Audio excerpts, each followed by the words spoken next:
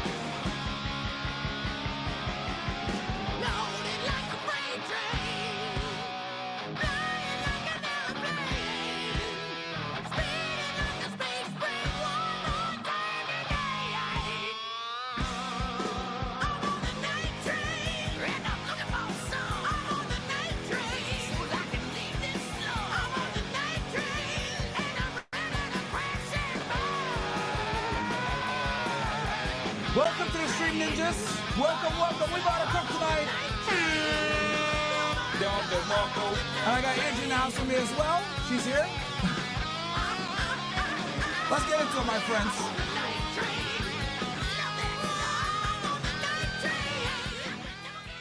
Time to cook, my friends.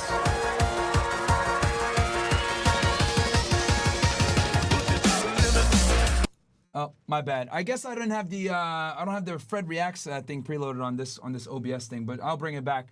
But anyway, guys, welcome to the stream. Hope you guys are having a good night. I'm here with Angie. It's been a bit since she's been here. I've been covering the Dirk stuff and other things, but she's been on a mission right now with this Richard Cottingham, aka our guy, the Torso Killer. So, Angie, welcome back to the show. It's been a minute since we've seen you. How are you?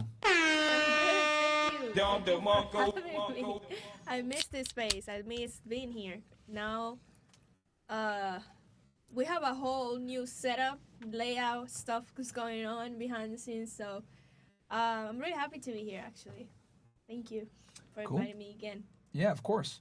So she was, she's been focusing on doing, getting this stuff ready for this episode, actually. So we have a couple documentaries that we're going to be reacting to. Also, guys, news that I want to let you guys know is that we are going to be going live Monday through Friday as an experiment, 5 p.m.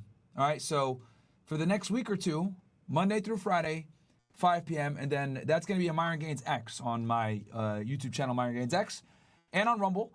And we're also going to go live with Fresh and Fit after that, right? So you guys are going to get the political commentary, cultural commentary, true crime, everything, all in one place, guys, with Fed Reacts and Myron Gaines X, but it's still going to be Fed Reacts. So don't worry. We're, like I said, it's all going to be in one place so you guys could find me. And obviously, you guys can see all the social media platforms: X, YouTube, Rumble, Instagram, all Myron Gaines X, easy to find.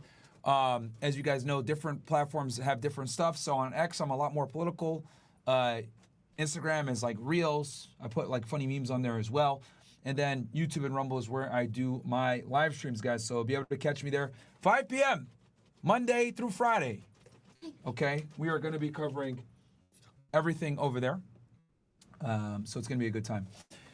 So today's episode, guys, we're going to be covering Richard Cottingham, man. And we'll just kind of hop right into it. Richard Cottingham, a.k.a. the Torso Killer, a.k.a. the Times Square Killer. Yes. Not to be confused with the crazy person in Ohio right now. From what I understand, there's like another Torso Killer in Ohio. Or the Torso Killer, because there's different ones. Different ones, okay. So Richard Francis Cottingham, born November 25th, 1946, an American serial killer who was convicted in New York of 6 murders committed between 1972 and 1980. He's still alive to this day.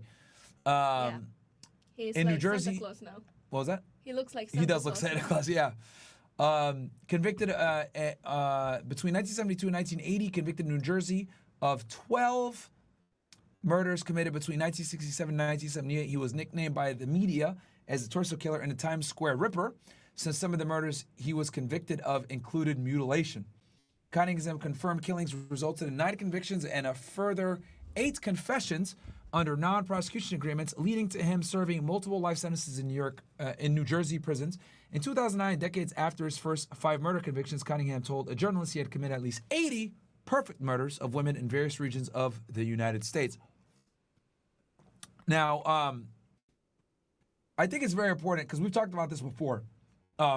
Serial killers, guys, their heyday was the 1970s. I think by far, the 1970s was probably one of the worst decades in American history. We had rocket high inflation. Jimmy Carter was in office. Rest in peace. He just passed away. But he is going to go down as one of the worst presidents in American history. Worst? Worst, but for sure. Really? Yeah, for sure. One of the worst. Who else? What else? And all the top serial killers operated in the 1970s, guys. We have guys like Ted Bundy, Richard Cottingham, a.k.a. the Torso Killer, Jeffrey Dahmer, John Wayne Gacy. Who? What was his name? The Green River Killer? The Green River Killer, yep. The Toy Box Killer. The Toy Box Killer operated in the 1970s. Who else? The Chicago Ripper Crew, I think. Chicago Ripper Crew, Son of Sam. The Zodiac? The Zodiac Killer, yep. He did operate in the 70s too, yeah. Late 1960s and the 70s. Who was actually my favorite. But what else? Your favorite serial killer? I like his story the best. And they never caught him. That's why. They never caught him. What else? I'm trying to think. Who else? The Golden State Killer operated in the 1970s. Yep. Mm-hmm. Yep. They didn't catch him until fucking like 2020, damn near. Yep. Who else? I'm trying to think. Richard Ramirez. No, he was 90s. 80s. Richard Ramirez. Yeah, you're right. But yeah, man, all the Unabomber. Yeah, someone just said Unabomber. Yep, Unabomber was in the 1970s as well. Yep. Unabomber. Which will react to that movie that you watch? We could react The to that, yeah. Unabomber. It would have to be on Rumble only, I haven't but yeah, finished it. You know, I want to mention this. There is a serial killer, and this is just a fun fact that this probably mentioned in the documentary, but I'm not sure. There is another child molester, serial rapist, serial killer named Ronnie Alcala that he has an alias of John Berger that actually worked in the same office as this guy in the same time, like at the same time. Really? Yeah. Wow. And there is a movie right now with Anna Kendrick, I think her name is. It's called Woman of the Hour. And it's right now in the theaters that you guys should watch it. It's called Woman of the Hour. It mentions the story of this serial killer because he was famous because he went on a dating show. And okay. he was like, it was kind of like a reality show. You know these rating shows now that are like popping the balloon and stuff? Yeah. But this was the version like in the 70s. Okay. And this guy went on. And then it was discovered that he was like a serial killer, So bro went on a dating show but was killing people? Yeah. And like killing 8-year-olds in motel rooms and raping them. Like, that's insane. Wow. And he worked with this guy. Like, they never knew each other, but they worked together, which is crazy. Wow. Yeah. Crazy. I mean, yeah, the 1970s were a very interesting decade in American pop culture. Very, very interesting. Yeah, a lot of things going on. Vietnam War, Jimmy Carter in office, a lot of things going on. Jimmy Carter. Yeah. So anyway, or was it is it Gerald Ford? No, Jimmy Carter, I think. Yeah, Jimmy Carter. So yeah, guys. So we got a documentary to react to here. Now, here's the thing. This is coming from YouTube Movies, so we might get shut down, chat. They might shut it down. No pun intended, if you know what I'm saying. So we'll see what happens. We're gonna play it. Gonna try to see what happens here, and kind of go from there. Well, let me click this dude's early life real quick. What is? Hold on. This nigga early life. I think you're going down. You have to go up. Did I pass it already? Yep. Going up. Okay, here we go. He was born in a rich family. Okay. Like, he didn't have any struggles growing up. He had a very good, wealthy dad that was a vice president of an insurance company, very famous one, MetLife, I think its name. Yep. Was, and he had a IQ of 127. Like, yeah. The guy was very smart. Yep. He was a computer operator. He did a couple of courses. He graduated at 18 years old, like everybody else. But he was really smart. He was a normal guy.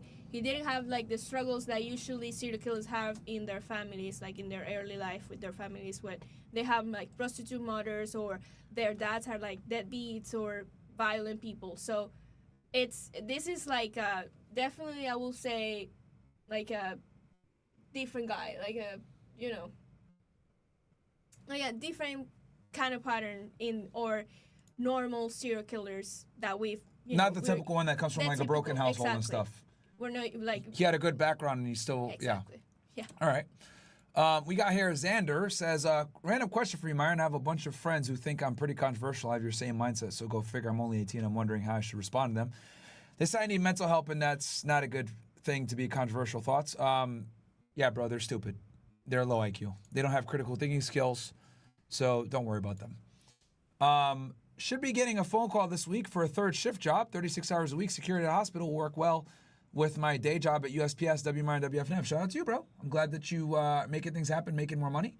And then we got here, when you go on a whatever podcast from Jay Brill, probably maybe sometime this month or next. I got to hit up Andrew and Brian to figure that out when we're going to do it. So yeah. So shout out to you, ninjas. So, okay, guys, so we got this documentary here. Okay. Hopefully we can make it happen. All right. We'll see what happens. I'm going to move myself to down here. Let's go ahead and make this thing big. If it doesn't work, I think we got a backup that we're going to use. But as you guys know, with YouTube, right, they're really lame on this shit. We have a backup. Which one was it? Which is going to be the... serial killer documentary. You want to use that one and not the other one you had? We can try with this one first. Okay. See what happens. All right, so this one is a good one. So let's see if this one works. Or worst case, maybe we move it to Rumble only. Yeah. Because We'll see. originally I wanted to react to the Netflix documentary because Netflix actually made a very good documentary on this guy, but we know what's gonna happen if we react to Netflix on YouTube. So Myron just told me just find like a very good documentary that we can react, so it won't be taken down on YouTube. And I found this one. Let's see what happens. It's on YouTube. Let's see if we don't get hit by the copyright with this one. Yep. If not, we have a plan B. Yes. All right. Let's go. Serial killer began to strike in New York and New Jersey. It was a very big story because of how gruesome it was. His methods Raise the volume. That's the highest it goes. Really? I don't know why. Yeah, guys. Yeah, it's the highest it goes. Unfortunately. So, I'm gonna hide the social media stuff for you guys. Hold on one sec. Boom. All right, and I'll go ahead and make myself a bit smaller on here. Guys, don't forget to follow me on all the socials. Okay. Myron Gaines X on everything, and Twitter. We're up to 216,000 followers, by the way. We're cooking on Twitter, chat. We are cooking on Twitter. heinous and extreme. These were very bizarre and bloody crimes. Beheaded, burnt, chopped up. He killed with callous confidence. Some narcissists absolutely believe they are invisible, they're untouchable. It was the second case of a woman's body being found on the premises of this motel. But who was this serial sadist? What sick son of a bitch would do something like this? And was he born to kill?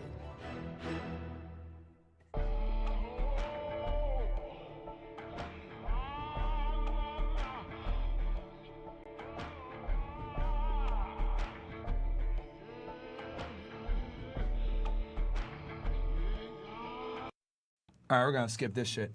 Boom. We received a call that a young Oh, I got that in New York. We received the call. married woman was reported missing from her apartment complex in Little Ferry, New Jersey, under suspicious circumstances. Mary Ann was an X-ray technician who had been married a short period of time. They lived in a garden apartment. There were very strange circumstances in that the report came from her husband, who was away on a business trip. Mary Ann had failed to keep an appointment that evening with her mother-in-law. Concerned, Mary Ann's husband had called the police. There did not appear to be anything broken in the apartment, no broken glasses, no forced entry on the door, and we had no indication at all as to what had happened to Mary Ann's car. Despite her husband's apparent absence, there had been a suspicious sighting at the time of Mary Ann's disappearance.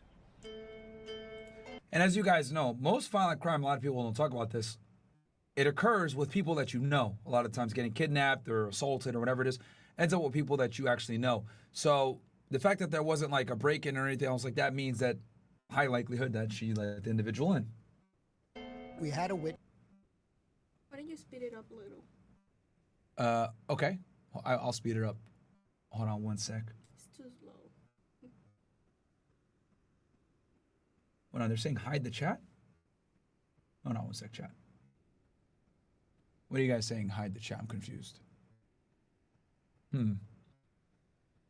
Chat shouldn't be showing, chat. I don't know what y'all are talking about. Yeah, it's not showing. Yeah, it's not showing. What are you guys talking about? Hold on. They're saying that remove the banner, but the banner is not there anymore. What banner? They're saying that remove because you put the chat before and it was there. Let me go look. Hiding the subtitles and part of the video. Hold on, let me look here. Yeah, no, I don't have a live chat It's here. good now. It's good now. Yeah. I don't think I ever had it. No, you had it Where, before. what was it showing? Right here, in the bottom of the screen. But you had it. You took it out. It's good now. What the hell? Oh, the super chat. Oh, yeah. Okay. Okay, I see what you mean. The super chat you mean. Okay, yeah. You guys confused me. Yeah. Well, while we're at it here, let me go ahead and read. Let me get these out the way then. We got here, VVS Gold says, hey, Myron. Did you see Mike Rashida's comment about you on Shawn, Mike Shelley? What?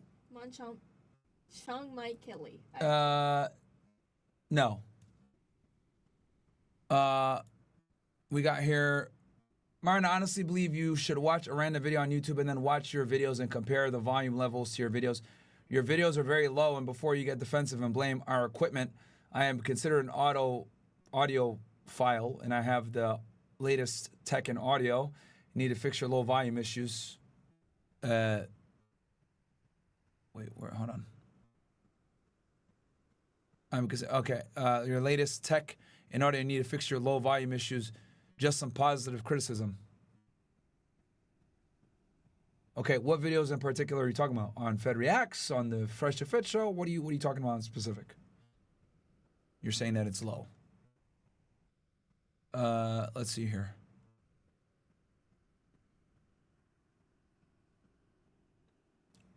Witness who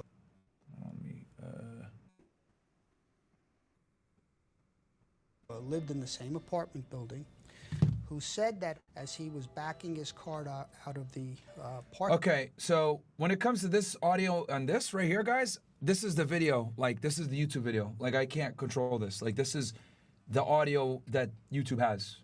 So that's not me. You know what I mean? That's not me. Parking lot.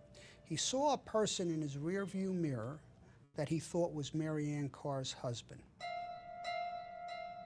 Although they didn't know it at the time, Marianne's husband bore a likeness to a former resident of the Little Ferry apartments.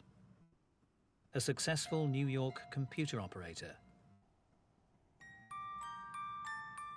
Richard Francis Cottingham. Man, he got that porn stash, bro. The 1970s were a wild time, guys. Style was a lot different. The pedophile mustache. Yeah. Oh, yeah. You know, matter of fact, let me go ahead and put the speed up for you guys. We'll go 1.25, see how it goes. He worked in what they refer to as Midtown Manhattan, right in the heart of the business district. The Blue Cross Blue Shield, which is a very substantial insurance company. Yo, I ain't gonna lie. Santos, they're cooking you in the chat, bro. They're cooking you in the chat, man. Said, oh, everybody an audio engineer now. Fellow computer operator Dominic Volpe worked with Cottingham for 13 years. I and Richard worked on the console together, chatting a lot. He was well-read, and he was up to date on current events. He read a lot of stuff about medicine. He was pretty smart. At the time, a console operator was a big thing. It took 4 floors of a complete square block of a city for 17 megs of memory. Okay? No one ever heard of a gigabyte then, but it was the cutting edge at the time. Those were the computers The thing that I before. noticed most about him is he could sit still. He was always, I called him the leg shaker. He was always sitting in his office chair, shaking, his legs were shaking, his back was shaking, and he would keep that up for a whole shift for 8-9 hours straight.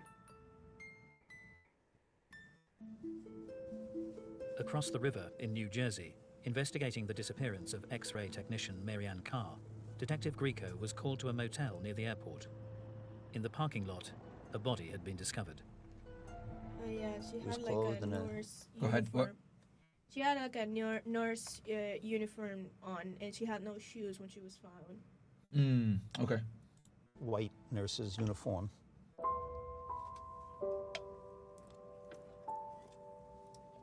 Marianne Carr was no longer a missing person, but now the victim of a homicide. We could observe Marianne Carr's body lying in this area between the... Again, guys, for the audio, this is the YouTube video. It is not my video. So their audio, you guys can hear me clear when I'm talking, right? Clearly. So it's not my audio. This is the YouTube video audio, man. So. curb and the fence. Marianne Carr's body had ligature marks on the wrists and the ankles from handcuffs. So we know that we knew that handcuffs. And we got some of the crime scene photos too, right, Angie? Yeah, but I'll tell you which one are those. Okay, this one is on here? No. Okay. Were used in Marianne Carr's murder, and she had a ligature mark along the aspect of her neck. Investigators speculated Marianne had been dumped from the trunk of a car, but had no solid leads. We had no idea of how she had gotten to where she was found, nor why she was there, nor who would have been responsible for removing her Desktop audio is at the highest, man. from her apartment and taking her there. However, it wouldn't be the last time they would be called to that location. He lived near there. That's why he will pick women that will just walk alone on the parking lot, or he will see them walking by the curb. That's why, yeah, like he lived near there. This guy, they didn't say before like his story, but he was born in Bronx, and when he was about 2 years old, his family moved to New Jersey. And then they moved he moved back when he graduated high school to Manhattan. So To where? To Manhattan. Oh, Manhattan, okay. To New York. And then that's when he started working at his father's job, you know, the insurance company. When he was 18, just when he graduated, started working there. But as early as he was like 10 years old, he started having like fantasies, like sexual fantasies, and like he will watch. He will read like magazines of bondage, pornography, and stuff like that. When he was 10 years old, mind you, he was a kid. Like, God damn. Yeah. That's when his sickness started. Like, you know, they started picking up these weird behaviors. A tale of terror and torture had only just begun.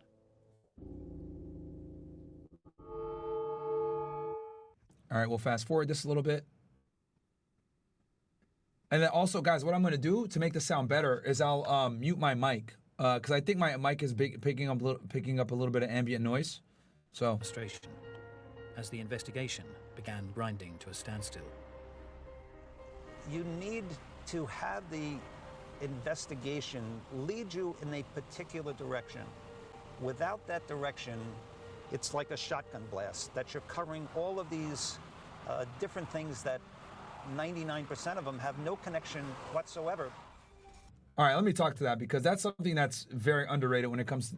So, when you're an investigator, right, and you're doing like broad cases, like it's very easy for you to get put like, you know, chasing your tail. Like you just get like one lead and then it leads you down another path, then it leads you down another path, and it doesn't take you where you need to go. So you have to be super focused when you're doing these investigations to make sure that like you're only chasing pertinent leads to your case. Now, with a murder investigation like this, it's a little bit easier to focus because everything leads back to the body, right? It's not like necessarily a conspiracy case like that, because typically with serial killers, it's like a solo man job, so you're trying to track down one guy. But when you're doing like big conspiracy cases, it's very easy to get like lost in the sauce. It's happened to me many times. But with murder investigations, it's a bit easier to focus because you always have you typically have one target that you got to chase versus multiple. I will say this guy had like a lot of advantage on his side because back then we didn't have like what we call, you know, the aid on the DNA or like all the modern technology in the investigations. Because this guy, if back then they had all this stuff, they will pick him like very quickly. This guy, it was famous for biting his victim. Like all his victim had like bite marks on the skin. So that's how they caught Ted Bundy's dumbass. Well, they didn't caught him, and he will bite like literally. That's like a very strong pattern that he had on all his victims. He will strangle them, and he will, you know, handcuff them, the usual stuff that people do. Well, serial killers do. But he will also bite them, and they will find like bite marks on their nipples and all over their body, even in their heads and necks, like sick. Yeah, I How guess wouldn't they call Richard him? Vampire Ham, I guess his nickname is. Well, his name is Cottingham. Cottingham, yeah. Or Vamp Ham. I think the other thing also that's important for people to realize is in the 1970s, right, they didn't have DNA, they didn't have forensics, right, to do DNA or whatever. They would collect the DNA. Oh, BTK killer, another person that operated in the 70s. They would collect the DNA, but they didn't have a way to really test it to compare. The only thing they could compare, I think, was blood samples, and that would only tell you if it was a man or a woman, really. So that was really all the technology they had in the 60s, 70s. The other thing, too, that you guys got to remember, the interstate highway system made it a lot easier for serial killers to operate the way that they did, because they'd commit a crime in one jurisdiction, then go to another jurisdiction, and the local police had no way of sharing information because NCIC wasn't a thing, these databases weren't a thing, data entry with computers wasn't a thing. I mean, you could see Richard Cottingham was on the on the cutting edge of technology back then. So serial killers had all these advantages where technology, surveillance cameras, DNA, interstate databases that police can use to work together. None of that stuff was around. And then you had the emergence of interstate highways. I think I would say one of the most underrated tools that that serial killers had that no one talks about, that allowed them to escape capture for so long, was the interstate highway system. Especially when you look at some of these serial killers that had like crazy body counts. Ted Bundy, Samuel Little, another guy that operated in this 1970s as well. He has the highest confirmed kill count, I think 69 confirmed. Most prolific serial killer of all time. These guys utilized the interstate highway system. That's how they were able to get away for so long. So, very underrated thing that serial killers use, especially in the 70s. While Marianne Carr's case stalled, police were kept busy by a series of violent attacks in the airport area. There were actually a number of incidents of sexual assaults that had taken place within that time. All right, so Santos says here, just your content in general in both channels. I'm not talking about the third-party video you're playing. Just watch any random video on YouTube and you'll realize that it's much higher than the audio in your videos. Just try it as an experiment. Anyways, love the content. I'm a CC member since day one. All right, so Santos, tell Mo that because, yeah, I mean, Mo's audio engineer, bro. So tell him, and he'll probably, he'll be far more receptive because he'll know what to do. Because I'll be honest with you, bro, I don't know what to do. I'm not an audio engineer. I mean, I got my Rodecaster Pro here. I can turn the volume up on my mic, but I don't think that's the problem. I think the audio is on the videos what's the issue, right? Period, in which victims were either found on the side of the roadway or reported to be in motel rooms, semi-conscious. The attacks were perpetrated on prostitutes that had been picked up in New York City. Ooh, we've talked about prostitutes quite a bit, guys. Prostitutes are almost always victims of serial killers for a multitude of different reasons. Number one, they travel a lot, right? They can be in one city one day and then be in another state another day. Not uncommon for them, right? Number two, they have a broken family system. No one really cares to actually go find them or care for them unless they got a pimp. But, you know, let's be honest, a lot of the pimps, unless they're making a lot of money, they're not going to necessarily care. And then number three, police departments, as evil as it sounds, they're not going to prioritize going after a missing prostitute because, number one, a lot of times they're drug addicts, vagrants, etc. And number two, they just don't have the resources to go look for them. Because they're gone a lot of the time. They travel all the time, so they don't want to expend resources going after a missing person that tends to go missing all the time, right? Legally, quite for that matter. So that is another reason too why they don't expend that many resources to go after these women. And the serial killers would exploit this to their advantage. So many serial killers. I can only think of maybe a couple. Ted Bundy was crazy. That nigga went after college girls. he went after college girls that had families and shit. I wanted to know, well, I don't know if you know this, but the Netflix documentary actually emphasized a lot the situation back then in the 70s in New York specifically, because the Times Square was like a pinpoint for like all prostitution and like it was like a sex party everywhere. They had this thing, I didn't know even that existed until I saw the documentary. They had this thing where people will come and will watch like nude shows live just by a little window. I don't know. It was called like a something. Oh yeah, show. yeah. This is when Times Square was just like a porn hub. Yes, Yeah, yes. exactly. I know what you're talking about. Yeah, yeah. And that was back in this time, like during this time, the 70s. Yes, New York City was the worst in the 1970s. They called it Fear City back then. Yeah. It was very bad. The mafia. Oh, another thing also in the 1970s, guys. The mafia was at like its height in the 1970s. Yeah. So, because they killed off Bobby Kennedy, RFK Sr., not to be confused with RFK Jr., and he was launching a whole probe onto the mafia, and he got killed in '68. So, you know, that allowed the mafia to really operate with almost impunity in the 1970s as well. So, a lot of things going on in the 1970s back then. I will say also the police wouldn't pinpoint on prostitutes because most of them were also criminals. Well, they had like charges and stuff, like DUIs or something in their backgrounds. The police officers. Yeah. The corruption. Okay.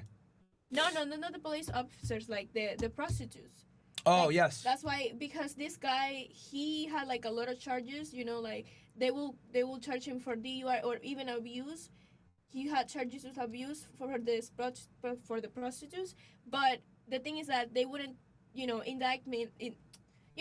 like get him to jail or anything because they wouldn't arrest him? They wouldn't arrest him because the prostitutes wouldn't go to court. Oh, okay. I see what you mean. So They had leads They wouldn't that he prosecute. was the person, but they wouldn't prosecute because they weren't credible They witnesses. wouldn't prosecute. That's the word I was looking for. Yes. Okay. All right. I see what you mean. Okay. Suppose I'm a real estate owner who rents out a property and I have a controversial social media page. If I got someone so triggered that they dox the location of the rental property and kill the tenants, whose fault would that be? What kind of charges would be placed? P.S. I did notice that the audio on older videos is higher. I clipped some of your videos and I noticed the audio difference between the older and newer episodes. All right. Well, yeah, I mean, there are doxing laws out there. There are doxing laws. Some of them are criminal, some of them are not. Depends on which state you live in. So, strange question, bro. But yeah, try not to have a controversial social media page. Well, this is important. They shouldn't know who the landlord is, bro. I think he's playing with you. They shouldn't know who the landlord is. So, like, your tenant shouldn't know that you're the landlord. So they shouldn't be doxing your property. Does that make sense? Like, don't let your tenants know who you are. And if you are going to be the property manager, don't tell them that you're the landlord. Tell them you're the property manager. So you don't got to deal with that. Where New Jersey resident Richard Cottingham worked as a computer operator.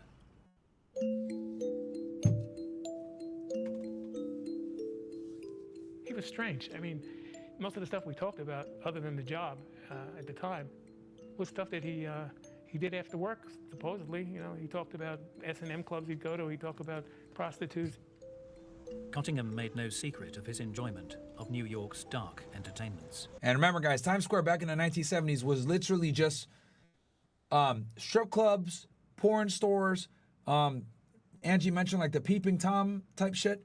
Peeping shows. That's the name of it. Yeah, that's all they. Oh, peeping shows, what they call it. Okay.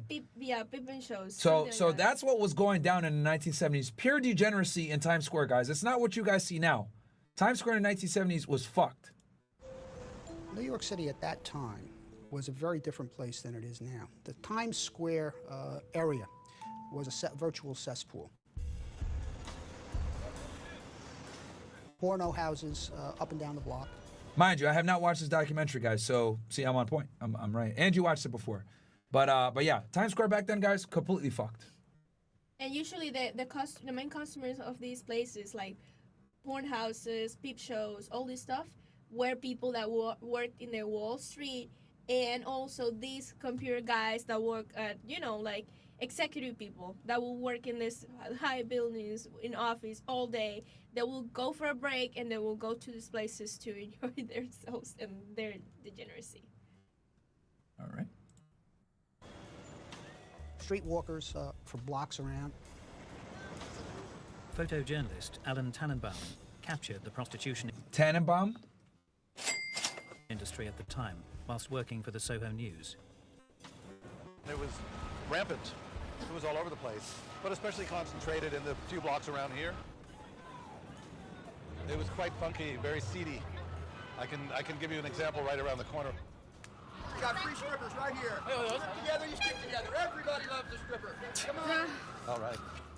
The girls would work on these corners by the subway entrances, in doorways, close to the peep shows, and solicit, asking men going out, you want a date, and or the men would approach them. It was pretty obvious who was a working girl. 8th Avenue was one of the more seedy parts of this strip. In fact, it used to be called the Minnesota. Yeah, much different now. Obviously, they've cleaned it up, right? It's a tourist fest now, Times Square, right? Like a bunch of little gift shops, stores, food places, etc. So they did clean it up a lot. But yeah, man, back in the 70s, it was a cesspool, man. Strip. That's because girls would come to New York City from the Midwest, get off at the Port Authority, and they would immediately get hustled by pimps who would put them into prostitution. I think a lot of them were runaways and a bit naive. And we're talking about girls that were as young as like 19 years old being prostitutes. Mm-hmm. Like very, very young people Yeah. working as prostitutes. Very sad, honestly. Yeah, awful. Arriving with a lot of money so that they would get trapped into this kind of situation. Now, these young women... Also, guys, keep in mind, the economy was not good back in the 1970s in America. Inflation was bad. Gas was some of the most expensive it's ever been in American history, was in the 1970s. Very bad decade. Very, very bad decade economically. were being plucked from the city streets. Rampant crime, bad economy, bad president, inflation out the fucking woozah, in a war, Just not a good time. Serial killers running wild. Crime on the fucking rise. Brutally assaulted. Prostitutes are very, very common victims. Why? The hardest thing in getting a victim is the abduction. How do you get a woman to go with you? You have to talk to her, and even if you could talk well and you're somewhat articulate and charming and engaging, not all women are going to go with a stranger. The problem with the abduction is eliminated by targeting prostitutes. That's part of their job description, to go with strangers. Good point. That is half the job right there. And like we discussed before, no one's going to really be looking for them after the fact. Their clothes off and have sex. The victims were being drugged, beaten, and dumped in an area just across the river in New Jersey. Not far from where the body of X-ray technician Marianne Carr had been found. There's a lot of motels in the area. And guys, there's a lot of places in New Jersey where you can literally see the New York skyline. Hoboken is probably one of the best. Been there many times. I had a good college friend that lived there with his girlfriend. Which is more expensive than some places in New York City now. Not high-class motels. They're places that are used for hour traffic, much of it from New York City. One of the patrons of those motels was computer operator Richard Cottingham. He used to talk about how he would be able to lure a prostitute out of Manhattan, showing them. He always had 2 pockets full of cash, and tons of cash, thousands of dollars. He would show a prostitute the cash. He would take them to New Jersey. But Cottingham, it seemed, didn't like the idea of paying for his pleasure. He talked about not letting anybody get the best of him. One time we had a long discussion. What a dumb Oh, man. Nigga, I guess nigga didn't want to be called a simp that bad. I'm gonna kill you if you call me a simp, like, or a trick. So, but he would show them the money. You know, I got the money, right? And then next thing you know, he's over here trying to kill her. No, you know what he will do? Yeah, He will call them whores. Like, he will tell them, like, you're a whore and you need to be punished. And that's why he will, like... Oh, really? Yes. If we would kill them. Yeah. God damn. That was his justification. You're a whore. And You know, you it's need funny. To be These serial punished. killers always, like, justify to themselves somehow Yeah. the bullshit that they're doing. Yep. About this hotel that he went to and how he could slip out of the place, you know, when she was asleep and take her. He said he took her clothes and her money and left her in the room. You know, when you're at work and That's what he would tell his friends. you're talking, some of it you believe, some of it you don't believe. You take it, you know, it goes in one ear and out the other. You take it with a grain of salt. Meanwhile, the attacks on the New York working girls continued. Dumped, discarded, and left for dead. This guy built a reputation on picking up prostitutes. Like, there were so many rumors. That's why his wife left him, because he was womanizing with prostitutes, and he was famous for it. Like, everybody knew this guy was. Did he treat his wife like shit too? Huh? Did he treat his wife like shit too, or Actually, no. He treated her well? Yeah. What a good guy. Yeah. Oh no. His wife left him because after she had the 3rd child, he refused to have sex with her. And After the 3rd child? Yeah. Damn. He refused to have sex with her, and she called it like emotional abandonment and mental abuse. That's why that's like the divorce. That's That's literally what she said when she divorced him. That's what it was. Yeah. You won't smash me? She said like abandonment. She said emotional abandonment and mental abuse because he wouldn't have sex with her. And then she found in the basement of the house that they had like shared together. Yeah. She found a bunch of clothes of different women. Oh. That was from his victims, but she didn't know at the time, so she thought it was just women that he was just cheating on. Okay. Yeah. So she just you know, asking for divorce because he was cheating, but she didn't know that it was actually victims. Okay, so she divorced him for 2 main reasons. One for the cheating, and then 2 for not having sex with her anymore. Mm-hmm. And you said they stopped having sex after the 3rd kid? The 3rd child, yeah. Did he ever say why he stopped doing it? No. He never told her? No. Okay. You know what I suspect? He probably couldn't get the same sexual gratification. You would need to hurt her to do it. I think that's But he never actually put a hand on him. On her, right? Yeah. Never. I think the reason why he stopped is because, like, here's the thing with perverts, I've realized, right? They need more and more stimuli to get to the same point. They're kind of like drug addicts. But you know something? Yeah. He had another apartment apart from the main house with his wife Uh-huh. in New York City, in like downtown New York. where he would live alone and like. Did she know he even had it? Yeah, she knew, and she accepted. You know why? Because he will work late at the firm.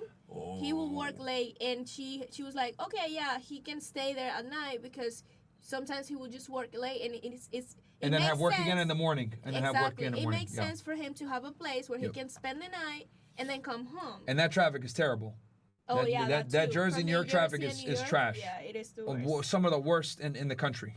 So yeah, so she would accept him to have like another apartment. And in the main house, he also had that basement place, like the room in the basement. And he was very strict with that basement. Bring the mic closer to you. He was very strict with that basement room because she wouldn't let her get inside. And he had like a lock. That's where the clothes were? Yeah. She found it? Okay. And then, of course, she would like peek after he was gone. Okay. What he had there because he was very mysterious with it. Okay. Interesting. Yeah. So, Janet. that's what I think. Yeah. So going back to the conversation with wife like perverts and stuff, right? I think what happened was he probably needed like violence and some other like weird kinky stuff to get him turned on. And he's like, well, I don't want to do this to my wife. She's the mother of my kids. And on top of that, that might also raise suspicion, like what he was doing. That's what the investigator said, that he actually just didn't want it to hurt the kids. Yeah. Or her, and also, like, he would also, like, arouse suspicion, like, why does this nigga, like, beat me up? Like, you know, like, she would probably ask questions like, oh, like, he's over here doing all this weird sexual stuff with me, then I find these clothes. Is he doing it to them, too? And then women go missing, right? So, yeah. I think he had, like, two eyes for women. He will see women as just prostitutes, and then he will see women as normal women, like his wife, because later on, when, you know, this guy confessed to a bunch of murders when he was like in jail. Like he confessed to a bunch of victims. Yeah. So he will say that a lot of the investigators and interrogators that asked him questions were women, and he will say that he wouldn't hurt them because they were determined and like very strong women. So he will see women as that, like as so he had an women issue. So it was really the prostitutes that pissed him off. Yeah. He would put them in boxes. Yeah, I think he will classify them. Okay. All right. Good answer, Angie. Like I said, she's been studying this case for a week, guys. So you guys are she's gonna be giving a lot more takes on this stuff for you ninjas. Was left in this motel on the corner here called the Airport Motel. She had been picked up. She was brought to a bar in New York City called Flanagan's, and that's the last thing she could recall. Flanagan's. Didn't Mafia guys eat at one of these places, Angie? The Flanagans, they love their Italian places. No. What I'm thinking of my bad. I'm thinking of Whitey Bulger and the Irish guys. Near a major hospital, Flanagan's Bar was a popular haunt for Richard Cottingham. An analysis of her blood and urine indicated that she was drugged. The young victim had been subjected to a horrifically violent ordeal. When she was found, she was unconscious in the room, and she was in pretty bad shape. He sodomized her. He beat her very, very severely, bit her breasts very severely. Boom, there you go. He had a thing with the titties. This nigga biting people, man. Yeah, he will like chop off their nipples, bite their titties off. Like, this guy was sick. You know, that's actually how Ted Bundy got caught, was biting a girl's ass cheek. Well, he had really bad teeth. Yeah, he had bad. Well, yeah. So that's what fucked him up. So that's funny. how you knew. funny story for you guys, right? Going back in time here. So Ted Bundy, his last murder murders that he committed before he got caught, where he was it University of Florida somewhere? No, Florida State, I think. He invaded a dorm, like a sorority house. Yeah. And he went and attacked and killed some women there. One of the women, he bit her ass, right? And it left, like, obviously the impression.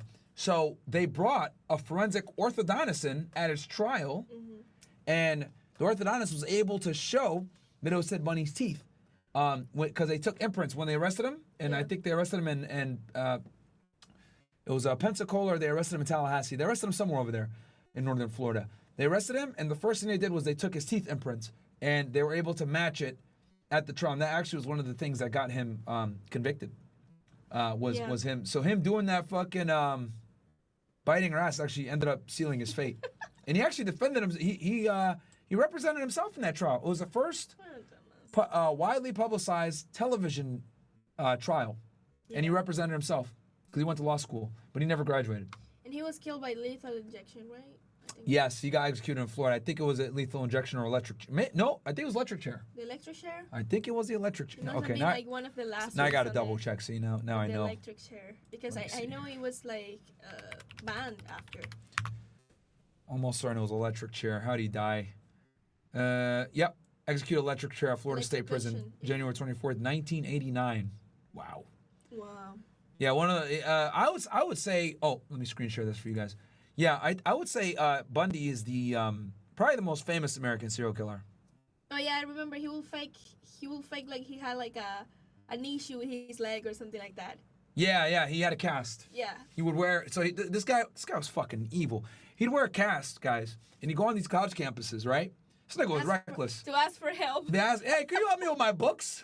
Can you help me with my books? And the girl's like, oh yeah, sure, because the guy was charismatic, he was well spoken. Like you would never think he was a serial killer if you watch his interviews, right? And once he got to the car, because he had like this little buggy, this yellow fucking Volkswagen buggy, right? Volkswagen Beetle. Like a disarming car. You think, oh, this guy's a college student or whatever. And then as soon as she would like put the books in the trunk, he'd hit her over the head with a crowbar. Yeah. And then knock her out. And then what he would do is he would have the seat, the front seat, it was removed. So he'd be able to bring her into the seat and then lay her down and no one would see. So he did this for a while. And he operated in multiple states, killed women in Oregon, Utah, Colorado, Florida. What other? Let's see here. What a sick bastard. Yeah, dude, he went on a crime spree, man. And he escaped out of prison twice. Twice he escaped from prison. Wild. Absolutely wild. But anyway, I did a whole episode on Ted Bundy, by the way, guys. Please go check it out. It's on Fed Reacts. Well, it's actually it's on YouTube on Myron Gaines X. And I went ahead and organized a playlist for you guys. So we got the political commentary. We got a whole thing there. Let me show y'all ninjas real quick. So here's the channel when you guys come, right? Subscribe. And what the hell? Oh, okay. I think we're. All right, cool. So here's the channel when you come, right? All videos, right? Recent to old. Then, boom, we got the night train where all my commentary stuff is gonna be. Then we got shorts. Then we got hip hop and Rico cases, serial killers, right? Ted Bundy's right here. Really good breakdown that I did on this one. High profile cases, national security cases, organized crime. And then we got the Italian Mafia series that me and Angie did here. Yeah. That you guys really like. So yeah, man, go check it out, guys. John Wayne Gacy, Jeffrey Dahmer, Zodiac, Night Stalker, Green River Killer, Toy Box Killer, Golden State Killer, Samuel Little, Jack the Ripper, Son of Sam, yeah, man, BTK. It's all here, man. So go check it out. And again, this channel, I'm going to be going live Monday to Friday, ninjas, 5 p.m. We're going to be covering all kinds of stuff on this channel. All right, so let's grow this thing up. We're going to hit 1 million. 200K on the way, then after that, we're going to hit 1 million. Anyway, let's get back to it. Are sexual service providers, and that offends many serial sexual murderers. As ironic as it sounds, many serial sexual murderers view themselves as highly moralistic. And yes, they do. This is actually a really good point that he mentioned. That's how they rationalize killing these women, is by saying, oh, you're a 304, you're a whore, etc. Want to degrade prostitutes who are behaving in what they consider. That's what Samuel Little used to do. He killed a lot of prostitutes. That was his big thing, was killing prostitutes all across the country. To be an unpermissible sexual conduct. They're very, very mixed up sexually. And so you would think that they would understand prostitutes and relate to them and understand, but they don't. They have very, very twisted sense of sexuality. In December 1979, someone would strike out against prostitutes in a way that would send shockwaves through the city. It was a very big story, even for Manhattan. It was very big. I clearly remember it if only because of how gruesome it was. Emergency services had been alerted to a fire in a room at the Travel Inn Motor Lodge near Times Square. There they found 23-year-old Didi Gudazi and another unidentified young woman. They were two alleged That's- prostitutes. That's the photos that I sent to the Okay, crime scene photos. these are crime scene photos. Okay. And we do have those crimes. Are they safe for you? Not safe for you too, probably, right? No. Okay. All right. We can. Well, that's fine because we're on Rumble Studio, so I can like switch to Rumble real quick and show and stuff like that. So, or we'll play this real quick. That were discovered in beds in a motel room, and the bodies had been desecrated. Each woman's head and hands had been cut off before the beds were ignited. Beheaded, burnt, chopped up, and nobody knew who was responsible. It was a mystery. The dreadful nature of the crime led to the mystery perpetrator being dubbed the Times Square Ripper, and news soon hit the Manhattan computer room, where So, Dominic hold on, Volpe can I and Richard say Cottingham were. So at this point, he had already committed a bunch of murders, and this is when he got the name of the Times Square Ripper and the Torso Killer. But at this point, he had committed a few murders before, so the police was already kind of getting hints here and there, and that's why he chopped off their hands and head because he didn't want to be caught. Yep. And he set the rooms on fire. Gotcha. Now you'll see later. Okay. And at this point, I think it's also important to know, Angie. So you're saying like he had already committed multiple murders prior to this. Yes. That's probably, and you'll notice this trend because it's been a while since we've done a serial killer episode with you guys. Yeah. You'll notice the serial killers kind of start from here, and then as they get more and more kills under their belt, they become more and more reckless, and then they start to go ahead and make mistakes. Yeah. Right. So, as terrible as it sounds, you'll hear a lot of these homicide investigators with serial killers. They often say, I don't want someone else to die, but another murder will give us more evidence because they get more and more callous as they commit these murders and they make mistakes. There was actually, I think, the first girl that he tried to kill. Well, he actually killed her. Was a 13-year-old girl that he tried to seduce but like he tried to lure her to get into his car, and she refused. And that's why he killed her. So he went off the car. He blocked the way with the car. Hold on. He blocked the way with the car, so she wouldn't walk away. And then he pushed her into some bushes and he strangled her. It was a 13-year-old. That's what actually got Ted Bundy executed. Was killing a 13-year-old. That's what I think got him the electric chair. Really? Yeah, because he kidnapped I didn't know that. Yeah. They because when he killed those girls in Florida, prior to him killing them, or I think right around the same time, he killed a kidnapped a girl in a van, like a 13-year-old girl, and he assaulted her and everything else like that, and he killed her. And I think that's what actually landed him the electric chair. Wow. So, anyway. Well, he got convicted of that case like years. So that's one of the convictions? Is this 13-year-old girl? No, he confessed to that murder after he was convicted. Oh, okay. So he didn't get prosecuted for it then. Okay. That's probably one of the agreements they made. Hey, we won't prosecute, but let us at least get closure for the families. Yeah. Yeah, that happens a lot with these things. Because back then there was a bunch of like unidentified bodies, like cold cases, and a bunch of them were his. And he confessed to them like later on when he was convicted. Well, he said himself he had 80 perfect murders all across the country. And he had 100. He had more than 100 body count. Damn. See, and it's tough though because you don't know if like they're telling the truth or if they're doing that to make themselves like bragging at that point because it's like, all right, I'm in jail. Let me boast. The thing with him is that every murder that he confessed, they will link it to a case because they will find evidence. Okay, so they were actually able to corroborate. Yeah. And then wait, the 80 though? They corroborated those? But he confessed like later on, like in the 90s. Because but did they corroborate those 80 though? Yes. No, not 80. Way less than that. I think. Hold on, let me look here, cause I think way less. I'm here, not sure. So look, he goes. Richard Cunningham. Shout out to you guys, by the way, for putting me on with this Wikipedia dark feature. They let you do it black if you make an account. Because you know how it's always white and annoying? So, yeah, man. See, guys, you can't say I'm racist now. I got the black Wikipedia. Yeah, he goes here. Yeah, he goes, 80 perfect murders in various regions of the United States. Well, he told this to a journalist, so who knows, right? Yeah, exactly. Grain of salt, right? So, okay. Yeah. Looking for some clout. this guy, his name was Rob, he came in and he said, what sick son of a bitch would do something like this? Take the heads and the hands off a girl and burn them in, all right?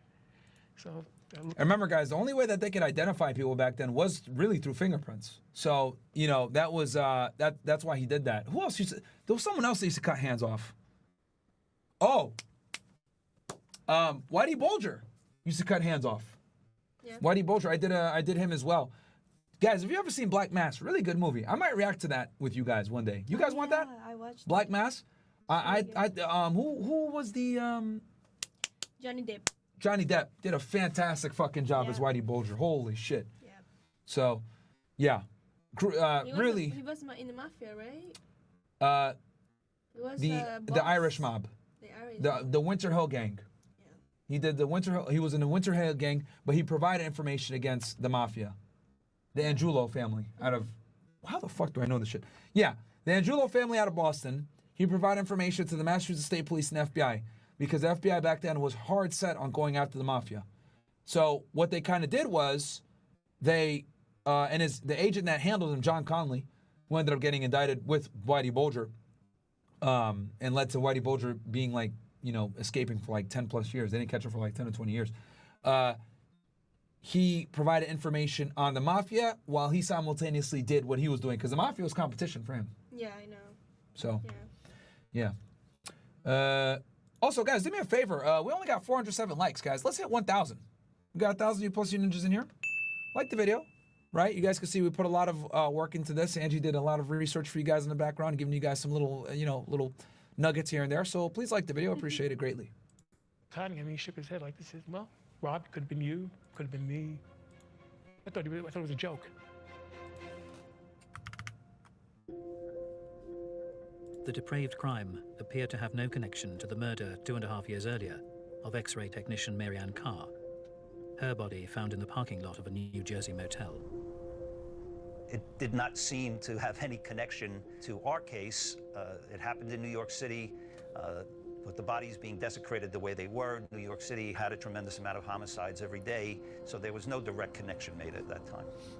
This is an important point because we found in our research that about 70% of serial sexual murderers will experiment at a crime scene and do something very, very different with one victim that they had not done with the other, such as cut their eyes out, cut their vagina out. And like we said before, they get away for a while and they become more and more ballsy.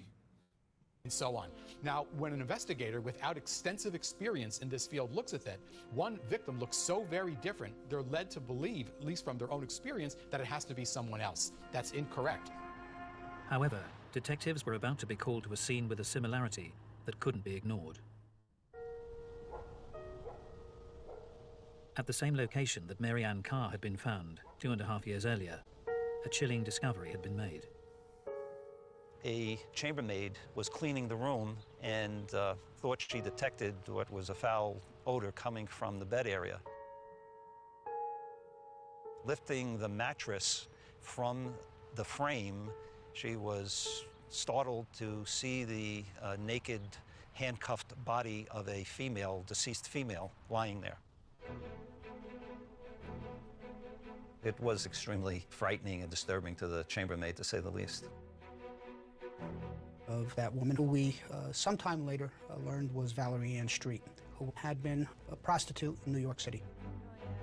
On her lower back, there was an abrasion, which had been made by a sharp object. We thought at the time it was a knife. That was torture marks. It's eroticized the power and control that the offender has over the victim, to make the victim realize that he, the offender, is in control of life and death. And so very often the offender will prolong her agony to kill her in a very, very slow and deliberate way so that she's aware that he's going to kill her. A monster was on the loose, and it was clear he wasn't afraid to return to the scene of his crimes. That was... And this is something also, guys, with serial killers that they love to do is they like to play God, right? Ted Bundy was famous for doing this, where he would choke them. They would like pass out, and then he would slowly let them come back to, and then he would do it again. John Wayne Gacy did this a lot. Jeffrey Dahmer did it a lot. And when you ask these serial killers, why did you do what you did? It always comes back to one thing: control. You know what I mean? They absolutely get off on the ability to be in control and be in some kind of strange dominant posture where they choose if they live or die. They love it. So that is why they will sit there and torture them and watch them cry and beg for their life. They get off on that weird shit. So a lot of serial killers admit to this. Also, guys, just so you guys know, there's currently a space right now. Shawn Ryan, for you guys that don't know, huge YouTuber, former CIA and military. They're running a space right now talking about the Cybertruck bomb. A lot of you guys asked me to react to this the other day on YouTube. What I'll do is I'll take like a minute or two. We'll listen in on this, and then quick little deviation from what the course we're on, because it's live right now, and I want to see if we can jump in here and get updates on this Tesla bomb. So quick little side thing here. Okay. Got the Twitter space. We'll listen in for about 5 minutes and see what's going on here. Let me unmute this tab for you ninjas. Desk, which is our support, our customer service support. 32,000 people in here listening, guys, Posted that, which is fucking crazy for Twitter. From my G's, personal on SRS, Brent Tucker, like I said, from the Anti-Hero podcast, sent me the email that they received from it. Tim Burchett, who hopefully is in here at some point, is going to talk about emails he received. But yeah, Matt, go ahead. Yeah, so I'm going to start off by saying this. Like, you guys 1,000% did the right thing by releasing that information in the time manner in which you did and in the manner in which you did. You just presented it as you knew it being factual to you, that you guys ended up getting that email that it came through. And it's a good thing that you did that, because now we have people from Anti-Hero that have searched their inbox and are seeing similar messages as to what. Yeah, 34K people listening to this right now, chat. You had received as it comes through. It's important in that aspect for people to keep in mind because of one of two things. Either number one, and I think Shu ended up coming out with like a very good way of framing this, that either Leibelsberger, or who was allegedly Leibelsberger that ended up sending that email. I think it's very important to keep in that context. When we start analyzing this and we start looking at it, and the reason I'm happy it's documented and has been put out the way in which it did is if it ends up coming out that Leibelsberger is not the one that ended up generating that email, then we have a lot of questions, because we do have timestamps, we do have the dates in which those emails were sent ahead of time. So if there is a conspiracy that's involved in this, if everyone wants to put on or take off their tinfoil hat, I don't care. But if there is a conspiracy that's involved in it, you did the right thing by making sure that it is documented ahead of time for all of that to be put out. If it's not a conspiracy theory and Leibelsberger did in fact send those messages, that's documented as well, and we have that on record. So that's very important to understand. The other thing that I'd like to bring up is, my role, my involvement as it goes into this situation with being a former team member, albeit for a very short period of time with Matt. But in addition to that, the information that got disclosed to me ahead of time back in December ×2, that's twice, of active duty Green Berets who are associated not with just myself, but also Leibelsberger as well. And that information should not be public record. Like Shawn is saying, we're not going to go about and disclose information of people who are currently, out there doing the Lord's work for our nation. But those are all factual things that have been reported, and you're more than welcome to look into it. And so there, in my opinion, at least, there's a lot more that's going on here than to what meets the eye. And I'm not jumping into a conspiracy theory by any means, but I'm very happy that Shawn Ryan, I am happy that Jeremy, I'm happy that Shu, everybody was able to come forward with this information and present it, because however the cards may fall from this point forward, you guys did honest reporting on what it was that you had at the time that you had it. If people want to throw in conspiracy theories about squiggly lines, so on and so forth, etc., that's on them, and they're going to have to defend their own BS afterwards. You guys have your own records, you have your own documents, and you would be stupid to try to go forward and pretend like those emails didn't exist, that you didn't receive them, because obviously people like Anti-Hero Podcast, obviously, other people are going to start coming forward as they dig through their inboxes and then end up finding them. So I'm going to leave it at that for the time now. Hey, Shawn, can you add Jeremy back as a co-host? And real quick, for people that are requesting to speak, it's looking a little glitchy on my end. It might be the same on Jeremy's, which is probably why he was dropped. So please be patient.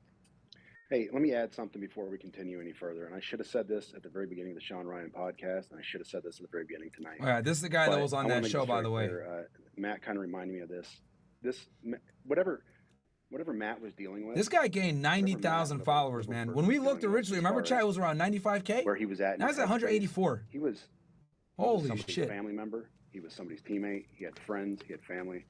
Like, I want to offer my condolences to those folks right off the bat, because I deal with service members. I have been for years dealing with service members who are struggling from moral injury from what we've gone through for decades in combat, the moral injury from the Afghan withdrawal, and what I've been told is that he was struggling with stuff, and whatever the case was, this was a human being who served his country honorably for years, and I don't want to take away from that. And I want his family and friends to know that, hey, my deepest condolences to you, and if I said anything or I did anything disrespectful to dishonor him, I apologize immediately. So I want everybody to know that. I am in no way attacking this guy, but I felt like the information was so important it had to come forward. And I just want to say that. 35K. Yeah, and I'd like to add on top of that, Shu, like, in addition to that, he is a very well-respected and dedicated Green Beret. From the time in service that I knew him to all of the people that I'm currently talking to that, do know him on a professional level right now, they have absolutely nothing but good things to say. So it's weird that he would die that way then and do this. Are factual, that is up for debate at this current point in time. But from everybody's general standpoint, until something official gets put out, I would just ask that in an attempt to ease some pain and suffering that's taking place within the family, to let that kind of go away and just focus on the facts at hand versus rumor intelligence that's going to end up smearing or, clouding information and actual facts that are taking place. Appreciate that, gents. Jeremy, is Tim in yet? Yes, we're trying to get him a speaker credit here. In the meantime, if I can just ask Kyle to talk about the process for sending the note to the FBI and why that. See what this guy has to say. Apparently, this guy's former FBI, so. That got glitchy, but I got the gist of it. What, if you don't mind, Jeremy, I'm actually going to toss it over to Rob Green since he called me on Thursday, and I'll just let him say how he introduced me into any of this. Yeah, appreciate that. Now, for context, real quick, I think my role here was very small, just connecting dots, connecting people. But I do, the reason I was involved in this is because of going back with Sam now for several years and trying to get at DOD corruption. I mean, the Department of Defense is sort of the gorilla in the room as it goes to government overreach and some of the problems that we have. And so we've seen. So, Chad, I'm going to put out a poll. You guys tell me if you guys want me to stay in here. All right, I'm going to put out a poll on YouTube. I can't put it on Rumble. I'm going to put a poll, though. So please open up a YouTube tab, like the video, and also vote there. I'm going to put a poll right now if you guys want me to stay. It's up to you guys. I'll do whatever the people want. Like I said, we can stay in here, then obviously go back to the Torso Killer, or if you guys want me to just go straight to the Torso Killer. We got, 36,000 people in here in this space, so, I mean, obviously a lot of people are listening, but let me go ahead and put in the tab. First, and we realized that the institution, our admirals and generals, they protect themselves, they protect their careers, they protect the institution before the Constitution, and so we started going to the American people as much as we could. So that's the role, how we got connected. And then that morning, after Sam was informed that, hey, this is the same guy, he reached out to me to get in touch. He knew that I had contact with Jeremy because Jeremy and I connected over the COVID vaccine mandates in the military a couple years before that. So he knew that I was in contact with him. So he asked to get in contact with Shawn Ryan. And then that's where, as Sam and I were talking through it that morning, the best thing to do, I said, hey, let's take a pause on this. Don't just call, FBI field office cold. Let me pull in Kyle. Kyle and I have connected. He's done an awesome job for so many of us service members. I'm going to drop the link for you guys on helping us Council raise Club awareness on some of the things and going on Rumble. on in the DOD. I mean, he's doing an awesome job in the FBI too, but he's lending some of his support to us in the DOD as well. Yeah, guys, I just dropped my I dropped the link in there for you guys on YouTube. Please go vote there. Vote here. I want to see what you guys want.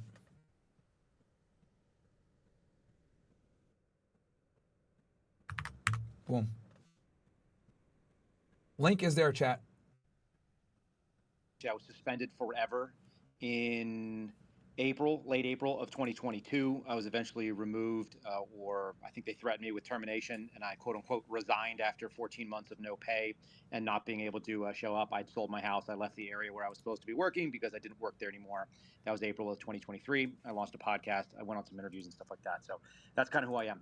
Before all that happened, I did whistleblower activity that brought some things to Congress. I brought some things privately. Some of them actually are getting more and more relevant, and I'm going to probably bring this up later on with some other people. But the stuff that Sarah's talking about right now, some of the infiltration, some of the things that have come into our country were relevant to me back in 2021, and I brought that information to Congress, including the Afghan refugees. So that's kind of who I am. But the most important thing is that during that time, this was a combination of whistleblower activity and the fact that we were saying no thank you to the COVID vaccine, which a lot of people in the FBI lost their jobs, or at least they were threatened with them. I rounded up a group of people that were willing to kind of go on the line and say, hey, I'm not going to do this, and also we're going to support each other. And it was upwards of 300 people. It was a signal group. I'm sure it was infiltrated by the FBI's investigations, the internal inspection division. But what we found were a lot of people that were willing to step up and say, here's some information about what's going on wrong. These were all policy things. I got to have a pretty robust group of folks that understood right and wrong. Let's just leave it at that. So when Rob called me on Thursday morning, this is going back at the beginning or last week. I requested to speak, guys, but who knows if they'll bring me up. I don't know. He said, hey, you know Sam? I said, yeah, I know of Sam. We haven't spoken before, but I understand what Sam's about, and I understand that he's reputable. He's like, he's got this piece of information. It needs to get into the FBI's hands. Can you babysit this into the right spot? Can you make a connection so we're not just throwing it into what's called NTalk? If you guys don't know, if you go to the tip line, it goes to West Virginia. It goes to a low-level analyst. It could get lost in the thing. If you're not sending him a January 6th lead, it probably just disappears. So you want to make sure you get it into the right hands. I said, yeah, give me a few minutes. I'll get back to you with the number. Made a couple calls, called some of those agents from that 300 group that I was talking about, and started saying, hey, find me a reputable CT agent. Initially, I thought we needed to go to Denver because I thought that's where Matt was based out of. Eventually, they actually ended up getting me an agent, which was the supervisor in charge of the squad in Las Vegas. And the reason I'm giving you this background and the timeline is because there's a couple things that happened. Right after I found somebody in Vegas, which ended up being the squad supervisor that's doing the investigation into the explosion at Trump Tower, I talked to Sam, and his first statement to me was, I don't want to do this, and I don't really want to take it public. In fact, I would love to just give it to Shawn Ryan and let them run with it, but they're probably not going to want to just take something in a vacuum. And I told him, yeah, you're going to want to get out there and put your face on it, even though you don't necessarily want to do that. And Sam's initial thing that he told me, this was in the first 10 minutes we spoke, is that essentially everyone's going to call him part of the Glow Fed op, because that's what happens if you bring information forward. The problem that we're dealing with right now is so much distrust in the American media and the social media environment, and so many people feel like they've been betrayed by our government, that they look around and they say, we want transparency, and then when someone acts transparently, you're like, oh, you're in on it, because it's not exactly what you wanted to hear, and you're looking to punch through. Everybody wants to find the psyop, but maybe the psyop is that you just don't believe honest people. So I just want to tell you from the beginning, that's what Sam brought forward, and he was 100% credible to me on that. He never shared the document with me, which is on purpose, and I had to share that with the FBI. I didn't want to know. It was none of my damn business at that time, and I was not really interested in the details. I knew I could wait until Shawn and Sam sat down and had the conversation and shared it with the world. Now, here's the really important part about this stuff. If you just give something into the black hole that is the FBI, even with a warm lead, and you give it over to the supervisor, the SSA, in charge of the counterterrorism squad in Las Vegas, if they start asking questions and they start pushing down on someone like a Sam and say, hey, this is why we want you to keep that quiet, there's the possibility that that happens. And there are certain types of coercive behavior they could ask for, or they could sort of indicate. The upside of what Sam did was that he told them that he already had agreed to do, a public expose, that he intended to publish it and share it because it's the people's information and he's a private citizen. He also said the same thing on Twitter. He said the same thing when he was out talking to Shawn. So all of these things are really relevant. The craziest thing for me is when I was on the phone with the folks at the Bureau, and this is an indication of where we're at right now. And this is why you have to share stuff publicly to people. The people that I talked to at the FBI, one, they didn't know who Shawn Ryan was. And to me, that's actually fairly mind-blowing, to the point where I got a phone call the next day, and I've shared it with Jeremy, who's up here on stage. I shared it with Shawn. There is audio of them calling and asking for a confirmation of the spelling of Shawn Ryan's first name because they wanted to make sure they were thinking of the right Shawn Ryan. And then they asked me very explicitly, we don't know how podcasts work. This was the agent that was doing the interview. Can you tell me, how did the interview process work? Do they do them live? Are they taped? Like, how do you do it? I'm like, I'm not Shawn Ryan and I don't do his podcast, but I know how it works because I've seen it and I'm pretty confident they tape it and they edit it because he's got 3 camera angles. So, you know, you're going to have to talk to Shawn about that, guys. The fact that you would have a federal investigator, an 1811 series with a top secret clearance working in counterterrorism, who claims not to know what the word VBIT is, or at least the initials of it, doesn't understand how podcasts work in 2025. You'd think that that is stranger than fiction right now. But that's part of the reason why it has to be shared and why you need to have this stuff in the public, because they applied pressure that you're not able to do otherwise. They did something that we didn't see at the Covenant School out there in Tennessee. It's stuff that doesn't get happen, you know, like the Pulse nightclub. All of these kind of people who have written some kind of document, left some sort of format, and then we left it in the hands of the feds. You get this like convoluted bullshit because they do not feel like they owe you an explanation. That's the downside of the federal intelligence and That's federal true. They're law not going to tell you enforcement side. shit. They don't actually think they owe Americans anything. And if you guys have watched how they've behaved over the last couple of years, it's my single biggest gripe. This is America's information. They act like an intel agency and that their intelligence is basically a one-way street. And so what these guys did is really, really important. And I listened right at the beginning because I wanted to hear how it was presented. The presentation was as follows. It was the same thing that was said to me. We can't verify 100% what this is. Some of the information checks out. And if you're doing your job, and I think Shawn did a great job of doing this, it's like trust the audience. Here's some information. Here's a data point. Go out there and think what you want. He didn't tell you what to think. I listened. Sam didn't tell you what to think. And when he was making a speculation or giving his opinion, it was very clearly stated. This is my opinion. Here's what I think happened. Here's what might be the case. Here's some speculation. That's how intel people talk, folks. They talk in degrees of confidence. They don't talk about this definitely happened because who knows? We're talking about a digital trail. So that was the thing. Again, we have audio showing that the Bureau got this information, and I just want to bring up the insanity. He gave you kind of a couple different possibilities of being in part of the PSYOP or whatever. If you present information to the FBI while they're in the middle of a national, let's say a national spotlight criminal investigation, or a counterterrorism investigation, or something that involves explosives like this, and you present false evidence, you probably find yourself afoul of 18 U.S.C. 1001, which we usually refer to as the quote-unquote lying to the FBI, but it's referred to as false statements. If you give them fraudulent and knowingly fraudulent evidence, you're probably looking at least a low-level felony. Whether they'll charge it or not is another animal. That is a fully crazy thing for someone who walks around and has spent 20 years with a top secret clearance, who has worked in the intelligence space, who is not a dumb person, and Sam is clearly not. All you have to do is sort of look at his body of work. This is why you go, okay, fine. So this email obviously got there. The question is what does it mean? Who actually wrote it? Are they impersonating or are they legit? Was this someone in the middle of a mental health crisis, which was something that Sam and I talked about in the first 10 minutes? If you have a decent profile and you have the name, if you have a DOD background, if you have a law enforcement background, people send you a lot of mental illness. And so it's really hard to suss out, hey, is this legit or is this something that is just somebody's crazy fantasy? And a lot of times we don't engage with it. The fact that Sam actually engaged with this and got a little back and forth, it is a net good, a net positive for transparency, and it's a net good for the American people. That's all I'm going to, that's it. And if you guys ever want to play the audio, Shawn, it's all yours. Yeah, I'll actually post that audio after this live stream here. Kyle, I'm just curious. I mean, you know, we're talking about they're not. I wonder if he's live streaming this on YouTube. We talked about previous crimes that they've never released the manifesto, and it wound up getting leaked. Why do you think they haven't released all the information themselves that we presented them as soon as we got it? So this, unlike a local law enforcement, people are used to seeing some big investigations, maybe a local shooting or like a mass shooting. What they'll expect is that there's a police chief and that person answers to a mayor and that person gets elected by, you know, a pretty small group of folks. And those people want to know the answers. Same story with state police. They answer to state representatives. That can actually be handled pretty aggressively at a local level. And so a groundswell of interest is actually going to move the needle. The FBI is not burdened by that. They have an $11 billion budget, give or take, from Congress. You've seen the way that the deputy director, that's the number 2, and the director of the FBI go out in front of Congress, and they thwart oversight. They just, they don't even want to talk about things that are obvious and should be answered. Not even in closed session, you find out.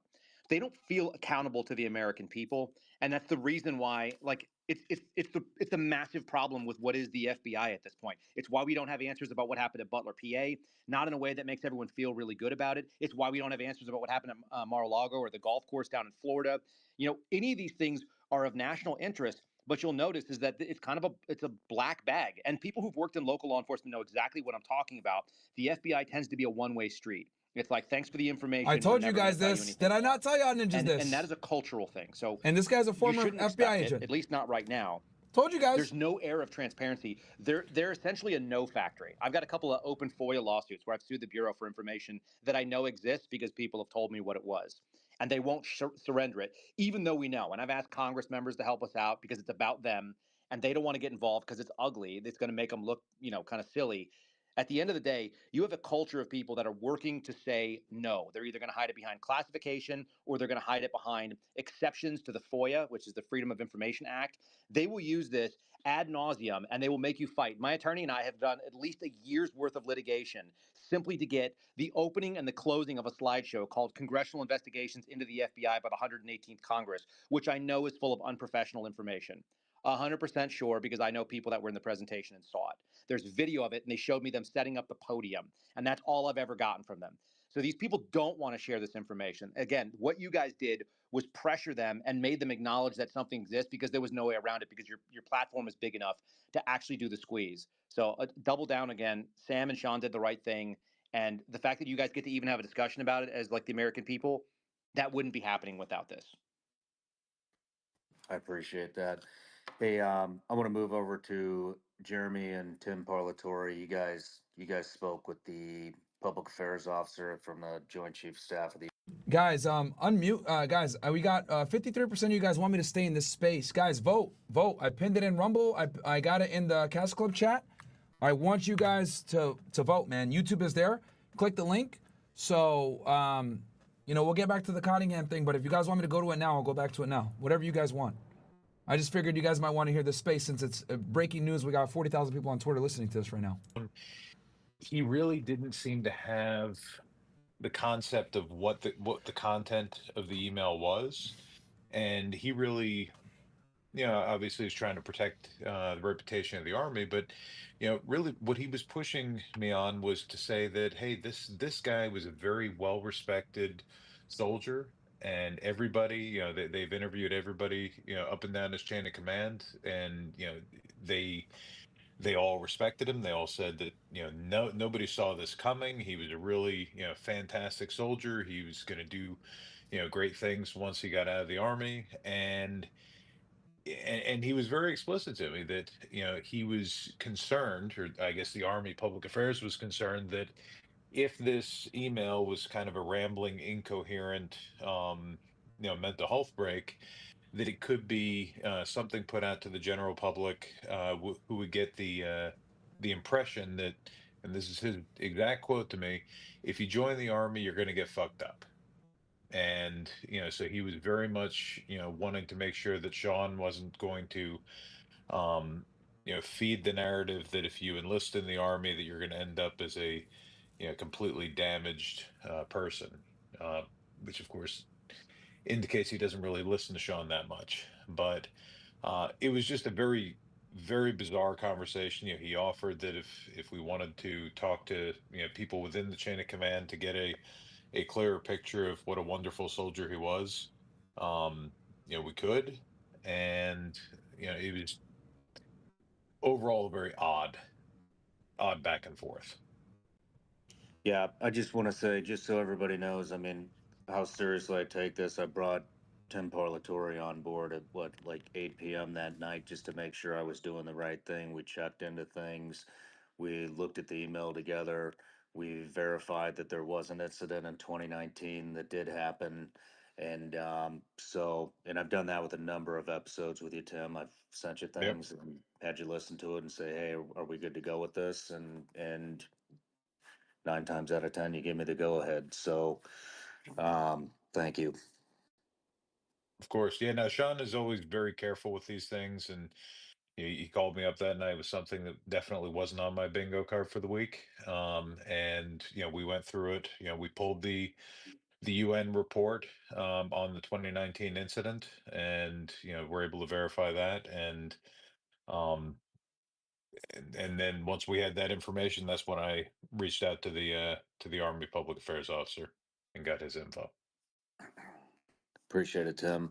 Matt, you got a question?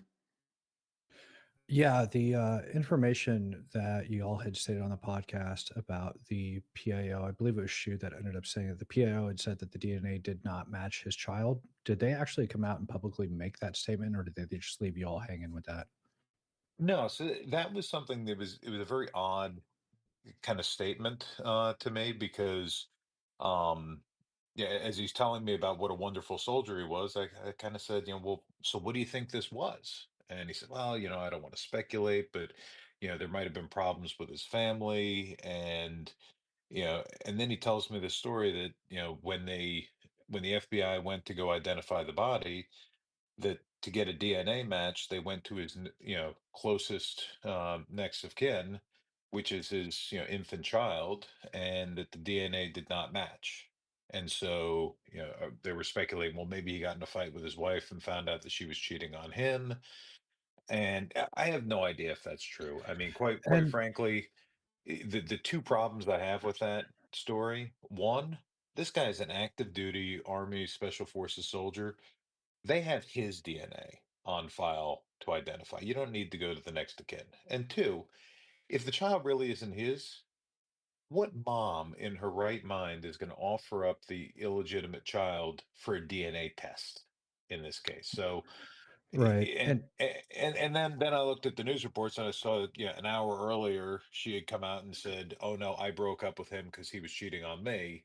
And Mhm. so it struck me as more spin than anything. Well, and Tim, here's my other problem with that, and I think Shawn and a lot of the other people that are up here on this panel can all agree and concur with this, is that being a Green Beret, dealing with infidelity, dealing with marital issues is par for the course. Like, that's not something that causes GBs to spin out of control and go set off a damn suicide bomb over inside of Las Vegas at Trump Hotel. That to me struck me as something that, and I don't want to go down that rabbit hole because I just want to stick to the facts here. So as a matter of fact, I'm just going to stop myself.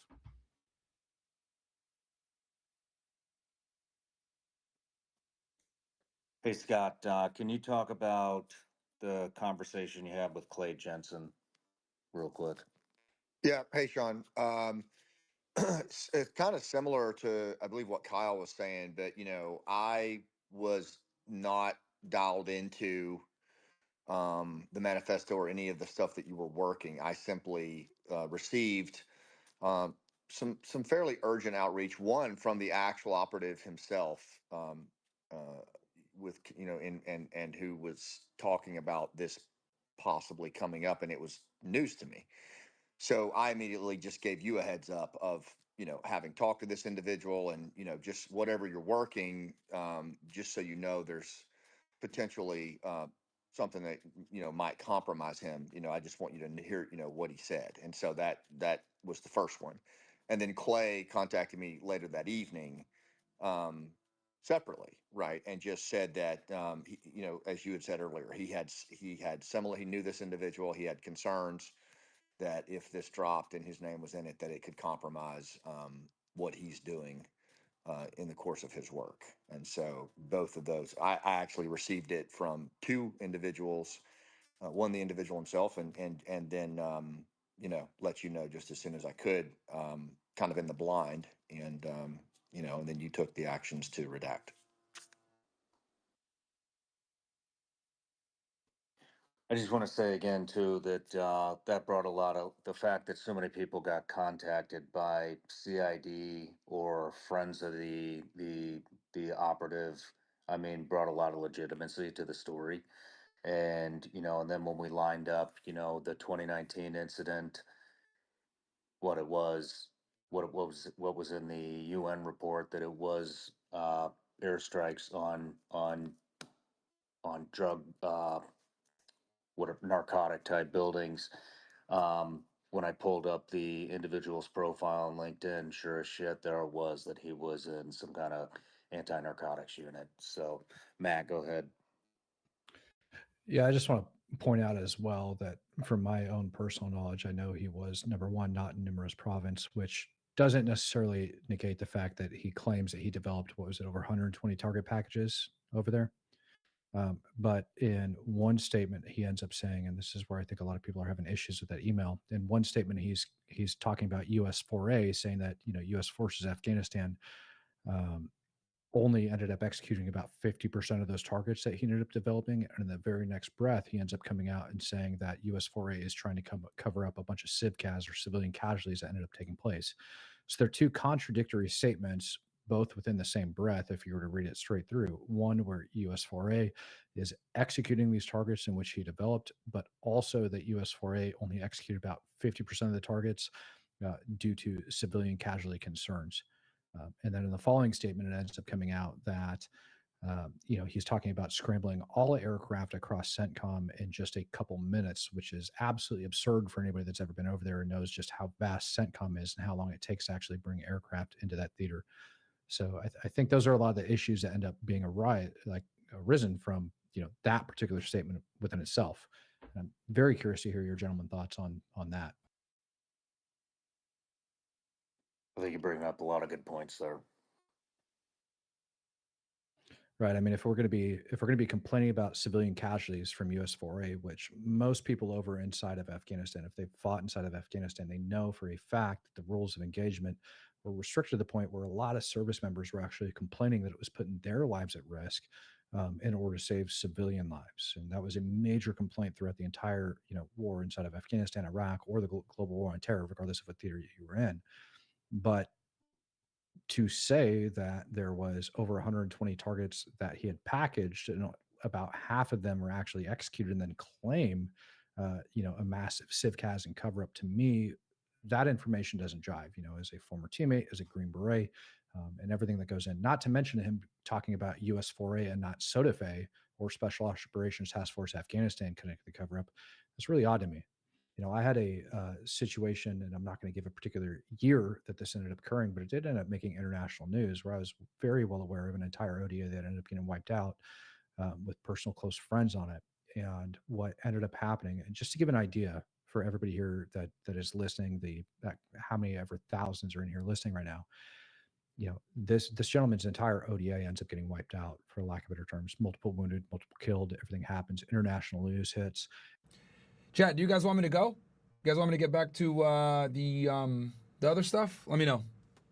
I see 55% are saying on YouTube that they want me to stay in the group, guys.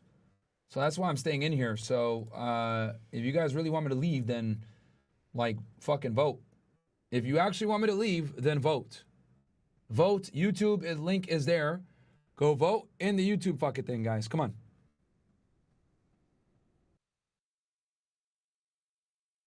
Already in there trying to dig at the truth. Well, this guy is hyped up on freaking opioids and all sorts of other stuff because of the multiple gunshot wounds that he has to his body.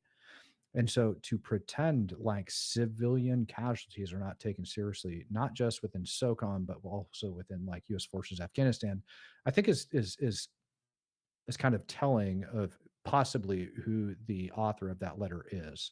And it definitely doesn't lead towards being a Green Beret, at least in my opinion. Well, I can definitely agree with a lot of what you said, but the thing is that the emails did come in before January 1st, and they did say that this had to go out before January 1st, and now we all know what happened on January 1st. And so, I think the guy was definitely struggling with something that happened in 19. Right. And, that would be true, except for the fact that I have also spoken. I'll keep it 1,000 with you guys. I don't know if they're going to let me up and speak. I don't know. I requested. I messaged Jeremy on the side. I don't know if he saw it. This is his producer. I know him. So, you know what I mean? We'll see what happens. But, yeah. We'll see what happens. Like I said, if they might not let me in, though, because I don't know what it is. But there's like 40,000 people listening right now. Okay. So there is obviously, you know, the information that ended up getting put out on 4chan Twitter about his Signal safety number and also his name being changed over inside Signal, one which took place on the 29th of December and another one that took place following the detonation itself. What is really concerning to me about this entire situation is somebody that has the ability to change a Signal safety number following the detonation where we know Matt Leibelsberger is dead. When we start talking about the ability to send out emails and everything else, which is why I said I'm very thankful for guys like you and... Hey, Charlie Montgomery, shut the fuck up. I'm going to read your dono. Stop bitching. Sound like a fucking brokey right now. I'm going to read your dono. Relax. I see it here. God damn, bro. Fuck wrong with you? They go, oh, I didn't get my dono read, so I'm not gonna vote. Shut up. Fucking crybaby. I'm going to read it, nigga. Stop being a little bitch. Holy shit. Closing this are still on active duty. And Matt had just, back in November, when I say Matt, I'm talking about Matt Leibelsberger, back in November of 24, had just moved into this new drone position, had just completed some of his initial training into it. He was also in a group chat over on Signal that commonly discussed drones and, you know, things with drones. And a lot of the messages that he had ended up posting inside of that Signal chat, which has dozens of members inside of it, ended up getting deleted. And those messages would suggest that he was not at all competent when it comes to drone operations or... Bro, nigga didn't even donate. Fuck you talking about, bro? Charlie didn't even donate. What the fuck? This nigga over here lying. The fuck is wrong with this guy? Look at right now. He didn't even donate, man.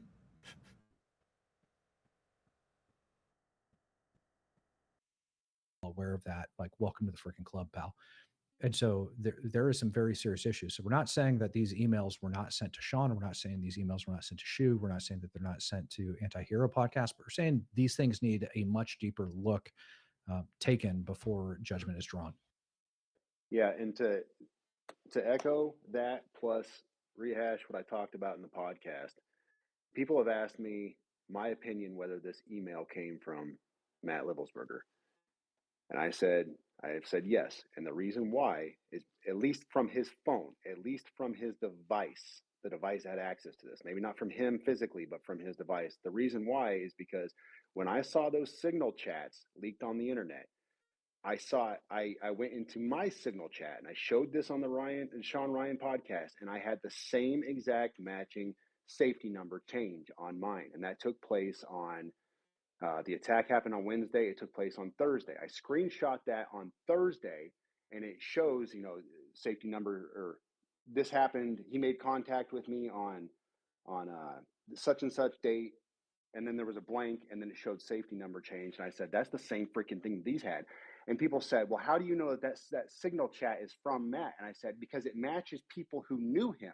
People who knew him prior to this incident knew that they were talking to Matt. They were speaking to Matt. So either Matt sent that Signal message, therefore confirming that he sent that email as well, or somebody had his device prior to that first initial contact on Right. Sunday. And that's something that I'm going to back you up on this, right? Like, I have well vetted that source and know for a fact who that individual is, and that they had, you know, distinct and intimate information that leads to that. And so for people to say that that did not occur, or that that is false information, is bullshit. I don't know how else to state that. You know, people might start painting us as conspiracy theorists, but at the end of the day, it's a fact that that happened, and it's a fact that that occurred. And the deeper known fact that people do not know yet, which I have held on to very, very closely, and this information has been sent out just in case something happens to myself, family members, anything else, and they've got an ability to get that information out to where it needs to go.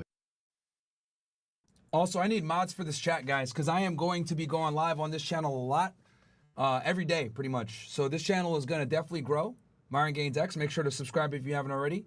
I am looking in the chat to see who I can mod up. Charlie Montgomery definitely won't get modded up, bitch ass nigga. What else? So, who are the loyal supporters?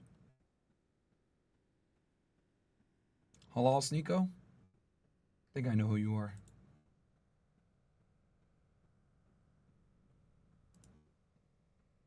Maybe somebody could immediately answer. All right, we'll be in. I'll give it like another 2 minutes in the space. Then we're gonna go back to Richard Cunningham chat. No other phone was recovered, at least that was not reported by the FBI. He might have had multiple phones, which is very, very plausible. However, he was contacting me from that Proton email account and from that Signal chat. And you can't jump Signal chats to different phones. The Proton email on that fourth slide that I distributed, and I got you, Myron. Don't worry. Shout out to Mossad. Where are all the federal agencies, man? We had a bunch of federal agencies in here that were mods. Proton Mail app. That is an issue I have because that was clearly sent, unless somebody went in there purposely for a ruse, changed it to say Android just to throw it off, or for some reason, I can't even imagine why. They said that they recovered an iPhone, but that email was sent from an Android. That still hasn't been answered to me, so I don't know. So when it comes to the phone thing, it's worth noting that the Bureau has the ability to act like so many other intel type agencies do, but certainly a lot of law enforcement. The ability to jump in there and access a phone of somebody who's deceased, that's not crazy, especially if they had other devices that they were going on. And you can imagine the minute that they had an ID, especially if they found a physical ID like we're being shown. You know, I have all the same questions you guys do about things that survive. Oh shit, we got ATF in the house. Shout out to you, ATF. Yes, let's go. And things that survive it are also pretty strange if you have friends in the fire world.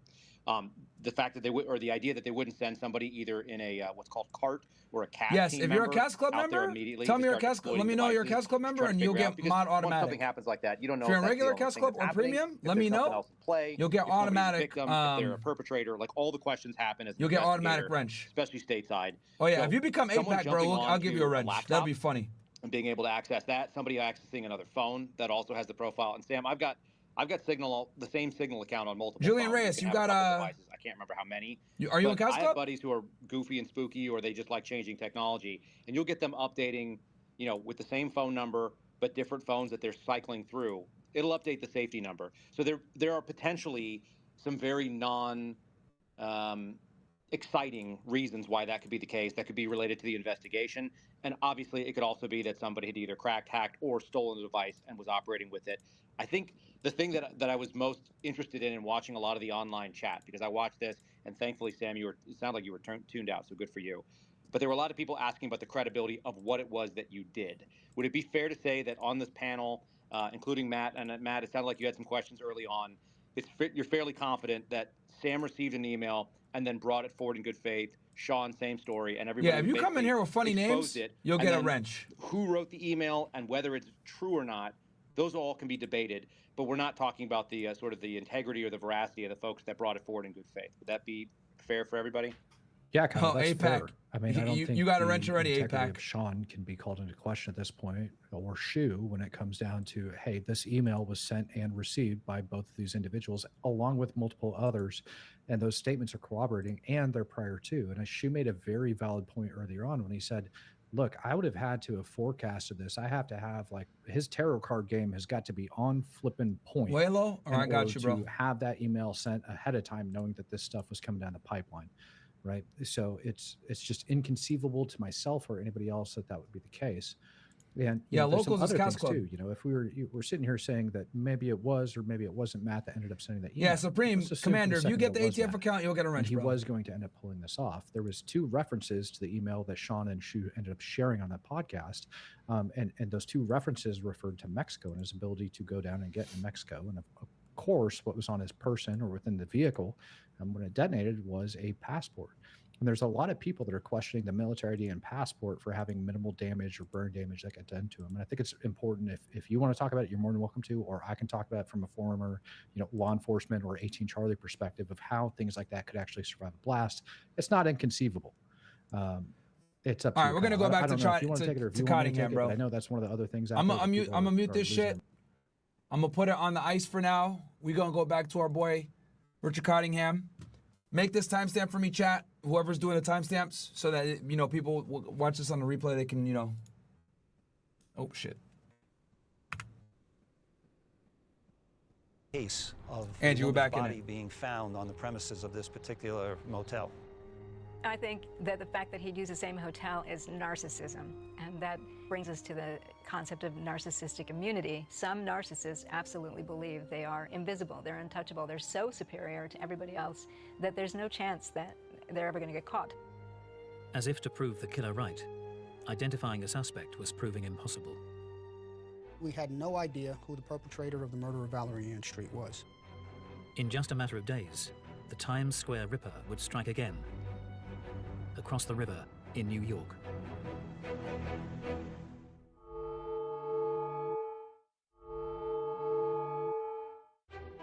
During May 1980, 2.5 years after the murder of X-ray technician Marianne Carr, a New Jersey motel had become the scene of a second brutal killing, with the discovery of prostitute Ninjas, do me a favor, like the video. We back in it. Angie's here now. Well, she was here the whole time, but like the video, guys. All right. Valerie Ann Street. Meanwhile, in the computer room of a large New York insurance firm, Dominic Volpe would listen in disbelief to fellow operator and family man Richard Cottingham as he openly discussed his desire. Angie, do we know how much money he was making from his job back then?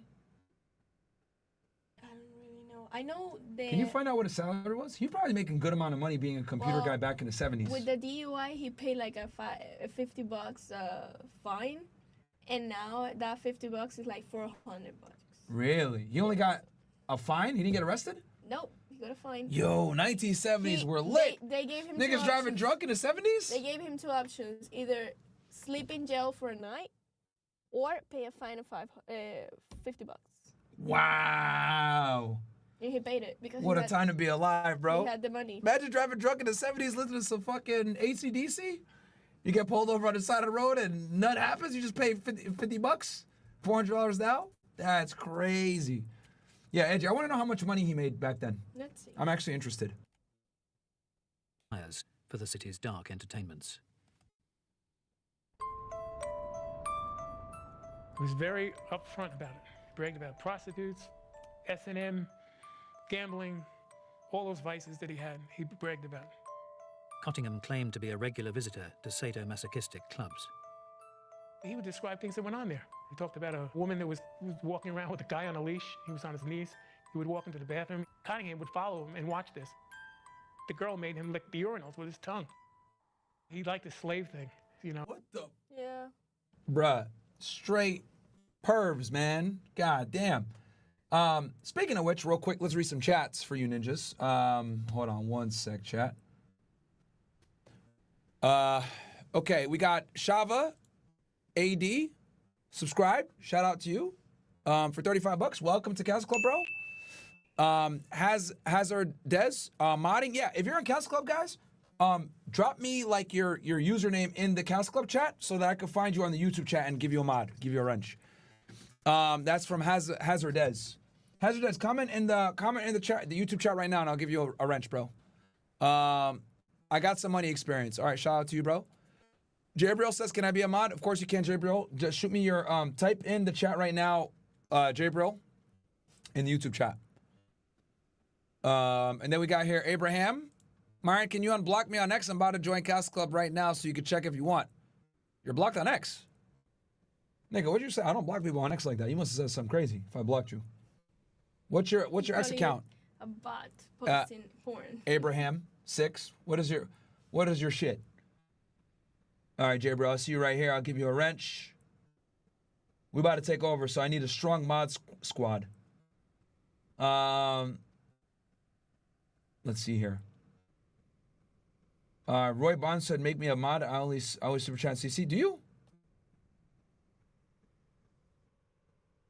Comment on CC right now, then, bro, so I know it's you, Roy Barnes.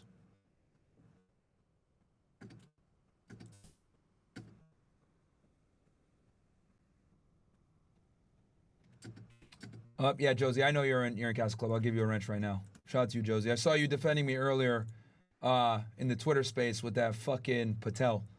You know what I'm saying. Let's see here. Oh, yeah, halal sneako. No, none of that haram police over here, by the way, please. This ain't a Sharia law chat. Kingpin, how much does CC cost? $35 a month, bro. We have one weekly Zoom call in there, and you get all the content. Also, speaking by which, by the way, I might as well forgot to mention this. We're running a sale for you guys, Castle Club Premium.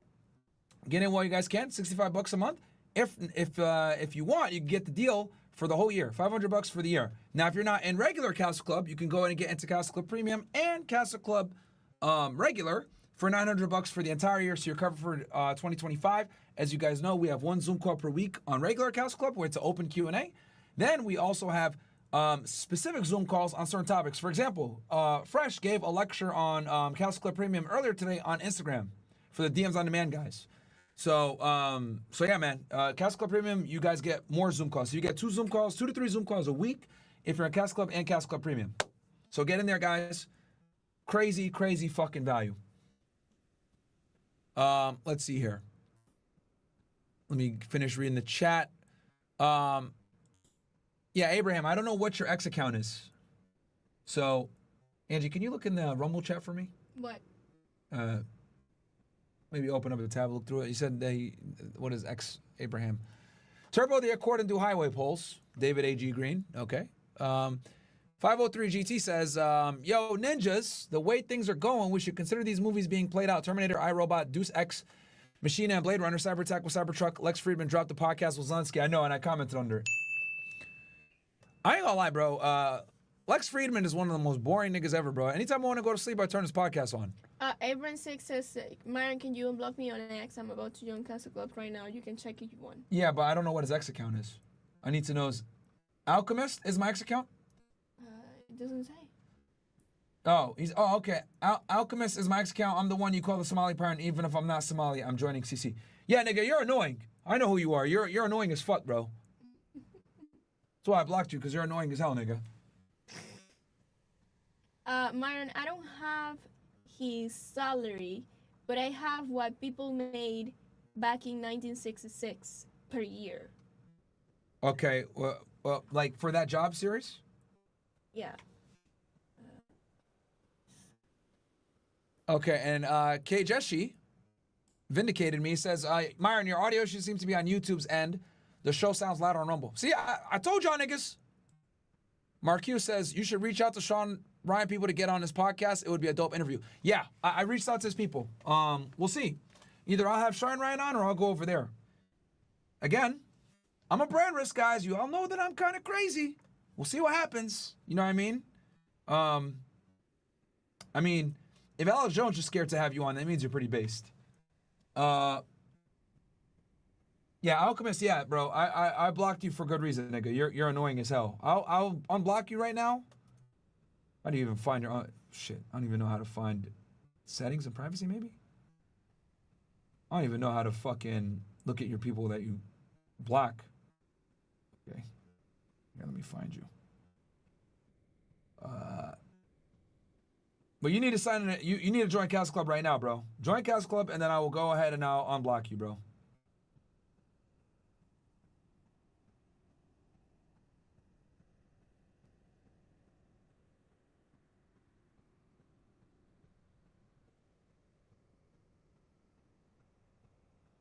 Once I see that you joined, you'll get unblocked, nigga.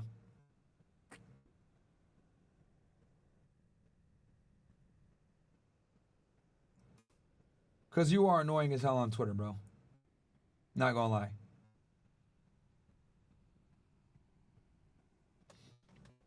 Hey, we only got 694 likes. Guys, listen, we should be at 1,000 easy. Come on, man. All right, you should reach out to... Okay, I think I caught up. I watched the episode you had with Haas and Andrew Wilson 4 months ago where everyone except you was in doubt that Trump would win the election. You even pulled up on Google the latest news concerning Kamala and Trump and how the media favored Kamala Harris. I want you to search up Kamala Harris and Donald Trump respectively right now, or sometime when you have political guests on your show to see how they're smoking Kamala Harris right now. It'll be a great clipping moment, okay? He was making an average of $2.27 an hour. He was making what? $2.27 an hour in 1966. In 1966? What's that in U.S. dollars? That's when he was working. I'm sorry, what's that? Wait, that was when he was working what? That's U.S. dollars, $2.27 an hour. Okay. Well, Abrahamo, when you join us, it'll show that you joined on our live feed, Abrahamo. And then Xander Legal says, I watched the episode. Oh, yeah, okay. Alchemist, my X account. Okay, yeah. Yeah, once you join right now, it'll get notified. Okay, let's go back to the documentary. Handcuffs and treating people, that had no way of helping themselves. It seems from an early age, Richard Cottingham had liked being in Put the speed at 1.5. control. Back in Pascack Valley, New Jersey, Richard Newman was on the same high school track team. I met Richard on the athletic field. Also, guys, one thing I forgot to mention. Guys, please follow the channel. We're only at 25.8K followers, man. We should be at 100,000 easy. Because if you guys want to get notified, you got to follow and then also click this bell right here so that you guys get notified, okay? Every time I go live, because I'm going to be going live 5 p.m. Monday through Friday. We are going to be cooking. All right, Monday through Friday, guys. All right? So follow me on here. Myron Gaines X on Rumble. Also, make sure to follow me, Myron Gaines X on YouTube. All right? We're going to keep cooking on X. All right? Look at that, 216K. We're cooking, guys. And then obviously on Instagram, Myron Gaines X on Instagram. Oh. See, I post funny shit like this. This, above all else, I'm going to be more obnoxious, more overbearing, and I'm going to make you all learn to love it because you'll have no choice. And I promise you this. Because people are ex-woman hater, racist, and then me in 2025. We gonna keep going, chat. They really think I'm gonna fucking stop being who I am? Come on, man. I'm not fucking leaving. The show goes on. This is my home. They're gonna need a fucking wrecking ball to take me out of here. Myron, you're racist. This rhetoric isn't appropriate. You're anti-Semitic. You're a bigot. Fuck y'all niggas. We're not going nowhere. I'm not fucking leaving. The show goes on, chat. The show goes on. Oh, I have a question, chat. Oh. Just let us know if you guys want to see more of the travel vlogs that I made. Oh, I still have a couple episodes that oh, weren't you supposed to dub one, right? But like, cause yeah, you need to put the captions, right? Yeah. Okay. We're gonna drop the next one on CastleClub for you guys. I just want to know if they you really liked keep, it, Angie. Yeah, I just they want to loved know if you want to keep seeing that content because I'll continue making those vlogs and editing them for you guys. So yeah, let us know so we can upload it on CastleClub and later on we can upload it on Twitter. Cause we're gonna go to DC probably, so we can that will be a LA, vlog that we right? can record. Maybe LA. I got to figure that one out. I'm gonna talk with Fresh and okay. Might go do something with No Jumper, but I'm gonna try to like line up other stuff. Okay. If we do it, but I think it's pretty much confirmed we're gonna do something in DC. So Angie will start like recording those vlogs for you guys. Yeah. Seems like you guys really enjoy that stuff. Probably put them on CastleClub only for now, guys, and go from there. You know what I mean? But yeah, you guys get exclusive content like that on CastleClub. Our first vlog is up there when I went to LA for the Jubilee. It's on CastleClub right now. Yeah. You guys really liked it. I appreciate that. Angie worked pretty hard on it for you guys. So we will we'll get some more for you guys. We have two more ready. We have two more already. But I need. What to were they on? I have when we went to where? Vegas or where did we go? Oh no, we went to LA again for Bradley Martin and the streams with Italy, the Catching Predators. Oh, okay. Okay. Yep. And the other one was here, Catching Predators with Italy too. Okay, so one in Those are Miami and one really- here. Those are really fun. Okay, so behind the scenes with Catch the Predator, you guys are gonna like that. And then also it was the one that we did with Bradley Martin, with me and Sneeko, right? There's one with the Bradley Martin and The Sneeko. Sneeko interview? That one is really funny because you'll see it in the vlog. Sneeko lost his wallet on the plane coming to LA, so he had no way, like he had no identification to come back here to Miami. So when when we got to the airport, Myron tried to get somebody to help him with the paperwork and stuff so he can, pass security. But Myron got into an argument, like a heated argument with the people from Clear because they were black people. Yeah, I got in a fight with the Clear people, yeah. And it was basically, because they were ghetto ratchet motherfuckers and they didn't want to help us out. I got angry. I said, you guys are useless. He got very angry and Yeah. we started having a big fight in the airport. Oh, I shit. was really scared we were gonna be signed off on the no-fly list. And Nick was like, what the I forgot fuck about is that going shit. on? Oh, So man. you'll see the whole thing in the vlog. It's really funny. It's Yeah. really, really funny. Yeah, you guys will enjoy it. So yeah, we got 2 other vlogs. We need to we're gonna caption them for you guys, and then we'll drop them on CastleClub for you guys. Yeah. All right. So all right, well, let's get back to the documentary. Richard stood apart in the sense that he wasn't always at practice, as I remember. He wasn't a joiner. He didn't have a nickname. He wasn't part of our little clique. He had a kind of wise guy attitude about him, dismissive of teachers and of school in general. I don't think he was crazy about authority. He would stand out from groups. It's common for narcissists who believe they're better than others, and obviously they're at heart insecure. But he just has disdain for what other people are doing and doesn't really want to be invested in it. He thinks he's superior to everybody else. He was kind of a big guy, several inches taller than me, I'm sure, broad shoulders. I don't remember him menacing students in general. I do remember that the 2 or 3 friends of his, that he seemed to lord it over them a bit, like he was the leader of the pack, so to speak. He was certainly attracted to women, but my recollection is that he did not have a girlfriend. When he spoke about women, it was kind of in a negative way.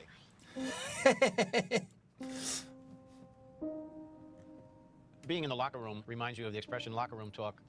I certainly remember him talking among his friends, and perhaps in gym class, if I remember, about what girls were attractive to him. And the only inkling you would have of the way his mind works is that he would talk about the girls in class, or I guess the girls out on the street too, who were perhaps were better endowed, larger breasted.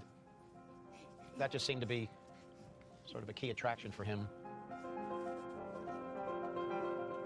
It's one thing to have an interest in large-breasted women because you think they're attractive. It's another to have an obsession with the breasts, not the women, the breasts. And that then becomes what we call a paraphilia, or an abnormal sexual interest that is needed for arousal. Now in his mid-30s, Richard Cottingham would brag to his co-workers about his use of prostitutes. But it seems Cottingham didn't enjoy all aspects of the vice trade. I heard one conversation about he had a venereal disease that he contracted to a prostitute. And at that point, he sounded angry when he mentioned the hookers. My man got a fucking STI, probably chlamydia or some shit from smashing a hooker, and he got pissed.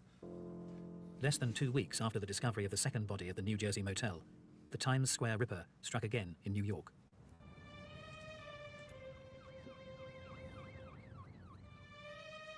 In a burning hotel bedroom, the body of another young working girl was found. Both breasts had been sliced off and taken away. In almost all serial sexual murder cases, they will go above and beyond killing the individual and engage in post-mortem activity that to them is sexually gratifying. This type of ritualistic behavior grows out of the offender's fantasy life, and very often as a series of murders occurs, the individual's behavior becomes much more elaborate. As the offender gains much more comfort in killing, the ritualistic behavior is apt to become more personalized and more embellished.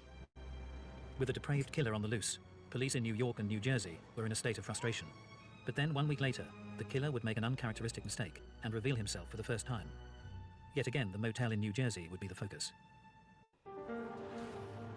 There was a great deal of excitement when we got the call from the Hasbrouck Heights Police Department, which said that they had just apprehended a suspect attempting to flee from the motel. The motel front desk was alerted to a disturbance in one of the rooms. They decided to send one of their representatives to make sure that the occupants were okay. It took several minutes for someone to be coaxed to the door. Verbally, she said, yes, everything is okay, but with her eyes gave the impression that everything was not okay. The motel staff immediately called the police, and an officer was dispatched. And when he responded to that area of the motel towards the farthest corner where there was an entrance. A man was observed running out of the building in a suspicious manner, carrying a bag in his hand. And at the time of his arrest, he had the handcuffs, tape used to either place over the mouths of the women or bind their hands or feet or what have you. So all of these items were incriminating, and he had no real explanation for it. The fleeing man was identified as Richard Francis Cottingham of Lodi, New Jersey. He had a wife and children. He's a computer operator in New York City. He was in his mid-30s. He was kind of stocky. He was at least average looking, except again, as I say, he was kind of stocky. Well built, you might say. His wife. She described him, to my recollection, as a devoted husband. She said that he was very attentive to his children. Despite being virtually caught in the act, Richard Cottingham professed his innocence. He just flat out denied it. And I found it very difficult to accept. They sort of caught him red-handed, as one might say. He was somewhat smug in his attitude and his answers, although at one point he indicated the only thing I'll say is that I have a problem with women. No shit. Investigators immediately moved to search Cottingham's New Jersey home. We prepared a search warrant to look for any evidence that might be associated with. And you guys know what a search warrant is. It's supported by an affidavit written by, there probably was a state warrant, so supported by a detective. He goes to a judge, gets a sign, etc. You guys know this already. Female abduction, rape, murder. This is the street that Richard Cottingham lived on. Cottingham resided with his wife and children in a two-family home in a pleasant suburban setting. There's a middle-class neighborhood. I would describe it as working-class people. Nothing would stand out of the ordinary. He seemed to be a normal dad and husband. It's what we didn't know was hidden underneath. He truly was a monster. Inside the family home, detectives would discover evidence of a man who reveled in sadistic murder. In the lower basement of his home, he had a large room which was locked, which his wife or his children did not have access to. Now, this guy married with 3 children, but he has in his room, I suppose one could refer to them as souvenirs or memorabilia or whatever you want to call it, items that he took from these women after he tortured them. And Serial killers love keeping Trophies. mementos and trophies. They're They called absolutely love it. Trophies, yeah. Here, I gotta turn your camera back on. murdered them. People that we call organized serial killers often take trophies. They will take something from victims, like an earring or a shoe or a piece of clothing, a purse. They're like big game hunters. The trophy room helps them to relive those moments where they felt most in control. The trophy room is a nice metaphor for this compartmentalized life. This is a place where they go to just completely fully indulge in their narcissistic fantasies of what they've done to other people. Now the successful computer operator, husband and father was identified as the Times Square Ripper and murderer of the women at the New Jersey motel. His capture stunned those that had known him. At work, it was unbelievable. No one talked about anything else. You hear Cottingham got arrested and blah, blah, blah. And it was articles in the newspaper being copied every day. He talked about crazy things, but we never thought he would do crazy things. You know, I got chills on my arm just thinking about it now, 35 years later. So I mean, it was a complete shock. Amongst his co-workers, Cottingham had never made any secret of his vices of prostitution, sadomasochism, and gambling. He was a gambler. He was not afraid to take chances on anything. He usually won. I would say 95% of the time he was a winner. He always said it. He can get out of anything. There was nothing to take him over. In other words, he would always win. He used that gambling thing in his head for everything that he did. Hence that smug attitude that he had. He was kind of cocky because of that. From the gambling? Gambling and getting away with everything, with murder, basically. Yeah. So he applied. So he had this risk tolerant mindset. Yeah. Okay. Frank, what are you doing, buddy? Just sniffling everything here. Just hope he doesn't eat this. Oh yeah, he ate her headphones, chat. Yeah. Frank, give me a paw. He ate my Gave me headphones. Here, actually, have him give you a paw because they'll be able to see it. Right, Frank. Paw. Yeah, good job. Good job, paw. Paw. Paw. Frank, give her a paw. Paw. There you go. Good job, buddy. All right, Frank, give me a hug. He's so big now. He's weighing like 35 pounds. Yeah, Frank is so smart. Look, chat, I've shown you guys this before, but I like showing off with Frank because he's so goddamn smart. Okay, Frank. And you guys, he's a 100% border collie. For some of you guys that are wondering, 100% border collie. We're about to get his pedigree certificate soon. Oh, we are? Okay, good. So you guys know. So Frank, give me I tap my chest like this, I'm chat. gonna sign him up for like competitions. Too. Frank. He took your share. Okay, Frank, give me a hug. Frank, give me a hug. There you go, buddy. You just tap your chest and he hugs you. So he's a very loving and friendly guy, man. It's almost like Frank again. He finally developed his second testicle. Frank, come here. We were waiting for it to drop down. What his second ball? Yeah. So he's fully He's fully developed. He's fully developed now? Yeah. He's 7 months old, by the way, guys. He's only 7 months old. He's still a puppy. I'm really sad because he has a twin brother, which is literally identical to him, but he has like a freckles on his nose, and they just adopted him, and we kind of wanted him to. We kind of wanted him to. And don't forget, we got Leah here as well. Yeah. And she's a toy poodle. She's what, 10 pounds, 11 pounds? She's 13 pounds. 13 pounds. Say hi to the chat. Leah. And Leah is 11 years old. Yeah, she's 11 years old. But she's energetic, though, guys. She's very energetic. She's very healthy. For her age. Very healthy, very energetic. You know, we had a couple procedures for her. She hates Frank. Yeah, she always barks because he began too close. Because he's just so annoyed. And by she's him. been raised, she was the only dog for a very long time, so Yeah. she still has some bad habits. But she's better now. She just growls when he gets too close to her because he likes to play a lot. And, you know, she's like, bro, leave me alone, nigga. So, so yeah. Come here. Come here. Come here. Up. Up. There you go. Good job. Good job. Say hi to the chat. Say hi to the chat. Hi. Hi. This is my boy. He takes care of me at the house. Yeah, we're gonna put him in school soon to do some attack dog stuff. So, very soon. He's gonna be very aggressive. Yeah, he's gonna be a little bit more aggressive because he's too damn friendly right now, man. So, but he got full teeth, man. Show him Yeah. his teeth. Show him Look. his teeth. Wait, He has hold on, like teeth now. Frank, hold on. Frank, show your teeth, bro. Hold on and run away. Come Come here. on. Come here. Go up. Up, up, up. You don't listen, huh? Come You need more Pokemon badges, Angie. Come here. Up, up. Frank, come on. Come on, up. Up. He's gonna start barking. Yeah. I got you. There you go. Show your teeth. Here. Show your teeth, buddy. Look, he has full. Yeah, look, he has full teeth, man. Yeah, he's always biting me. He He's bit a- me the other day. He was a toothless bastard before. He had no teeth. It was hilarious. We'd give him treats and he couldn't eat. Hey, I'll see that. Okay, I'll see that. Okay. He doesn't like it when I show his teeth. Come on. Oh, but you like to bite me, huh? You like to bite me. You will bite me, but you won't show your teeth. Show your teeth to the people. Look. Oh, Nate. Yeah, so we gotta get that to use. Are his teeth fully in? Angie? Yeah, they are. See, they're fully in? They are. Okay. Yeah. He's All right. got his full teeth now.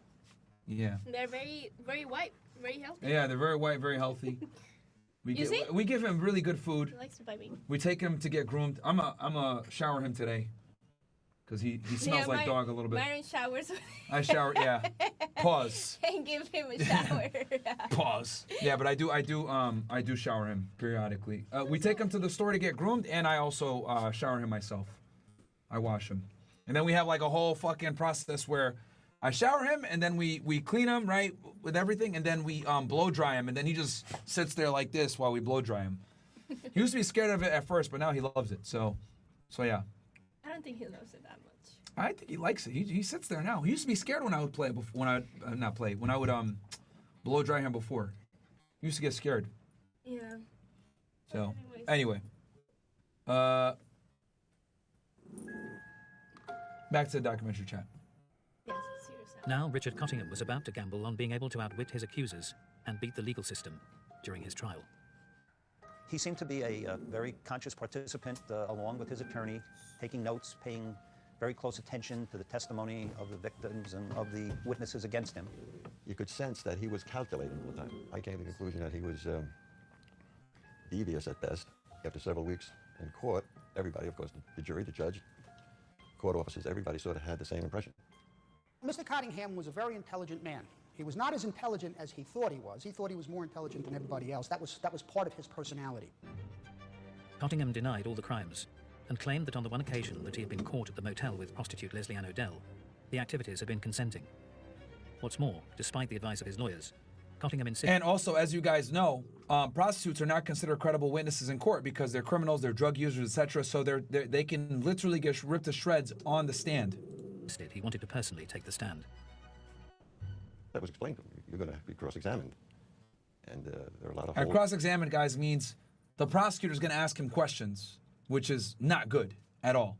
Because when the prosecutor asks questions, it can make him look like a non-credible witness and make him look really bad as the defendant, right? And you obviously have a right to not take the stand in your own trial. You have the right to remain silent under the Fifth Amendment. Holes in your story that probably will be exposed. But he wanted to testify. A guy like Cottingham enjoys being smarter than other people, particularly the law enforcement. He thinks he's the smartest person in the room, no matter where he is. He wants to show everyone his... Another thing with serial killers, a lot of them like enjoy the chase of law enforcement and they like all the attention they get. You look at someone like the Zodiac Killer, BTK. These guys wrote letters to the fucking police, right? Taunting them that they couldn't catch him. Brilliance and how smart he is. I started my cross-examination by getting him to admit the things that he could not deny, as any good prosecutor would do. He could not deny that he was arrested with multiple pairs of handcuffs. Handcuffs were used in the murders of Valerie Ann Street and Mary Ann Carr. Yeah, Chad, that is Leah growling. They were used in the assault on Leslie Ann Odell.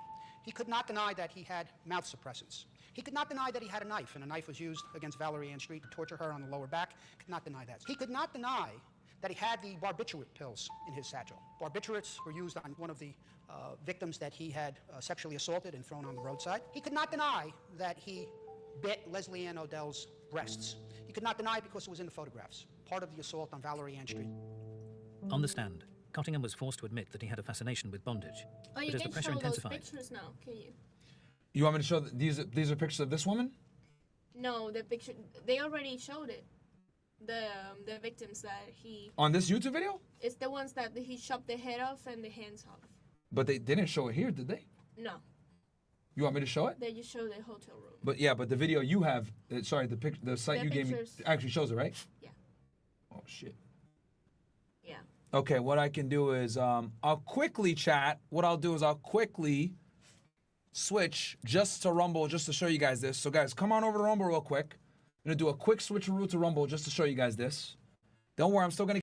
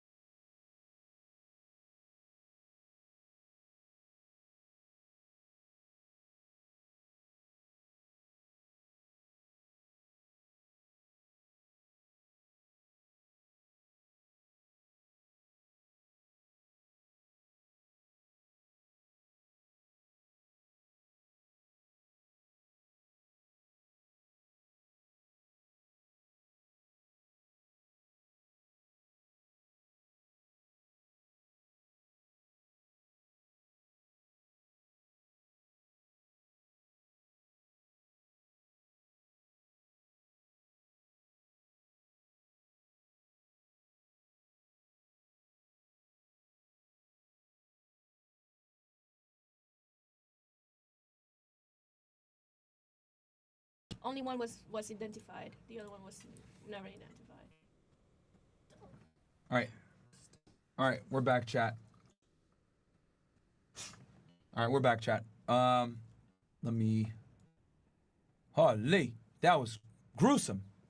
one could have predicted the extent to which he would go to avoid imprisonment.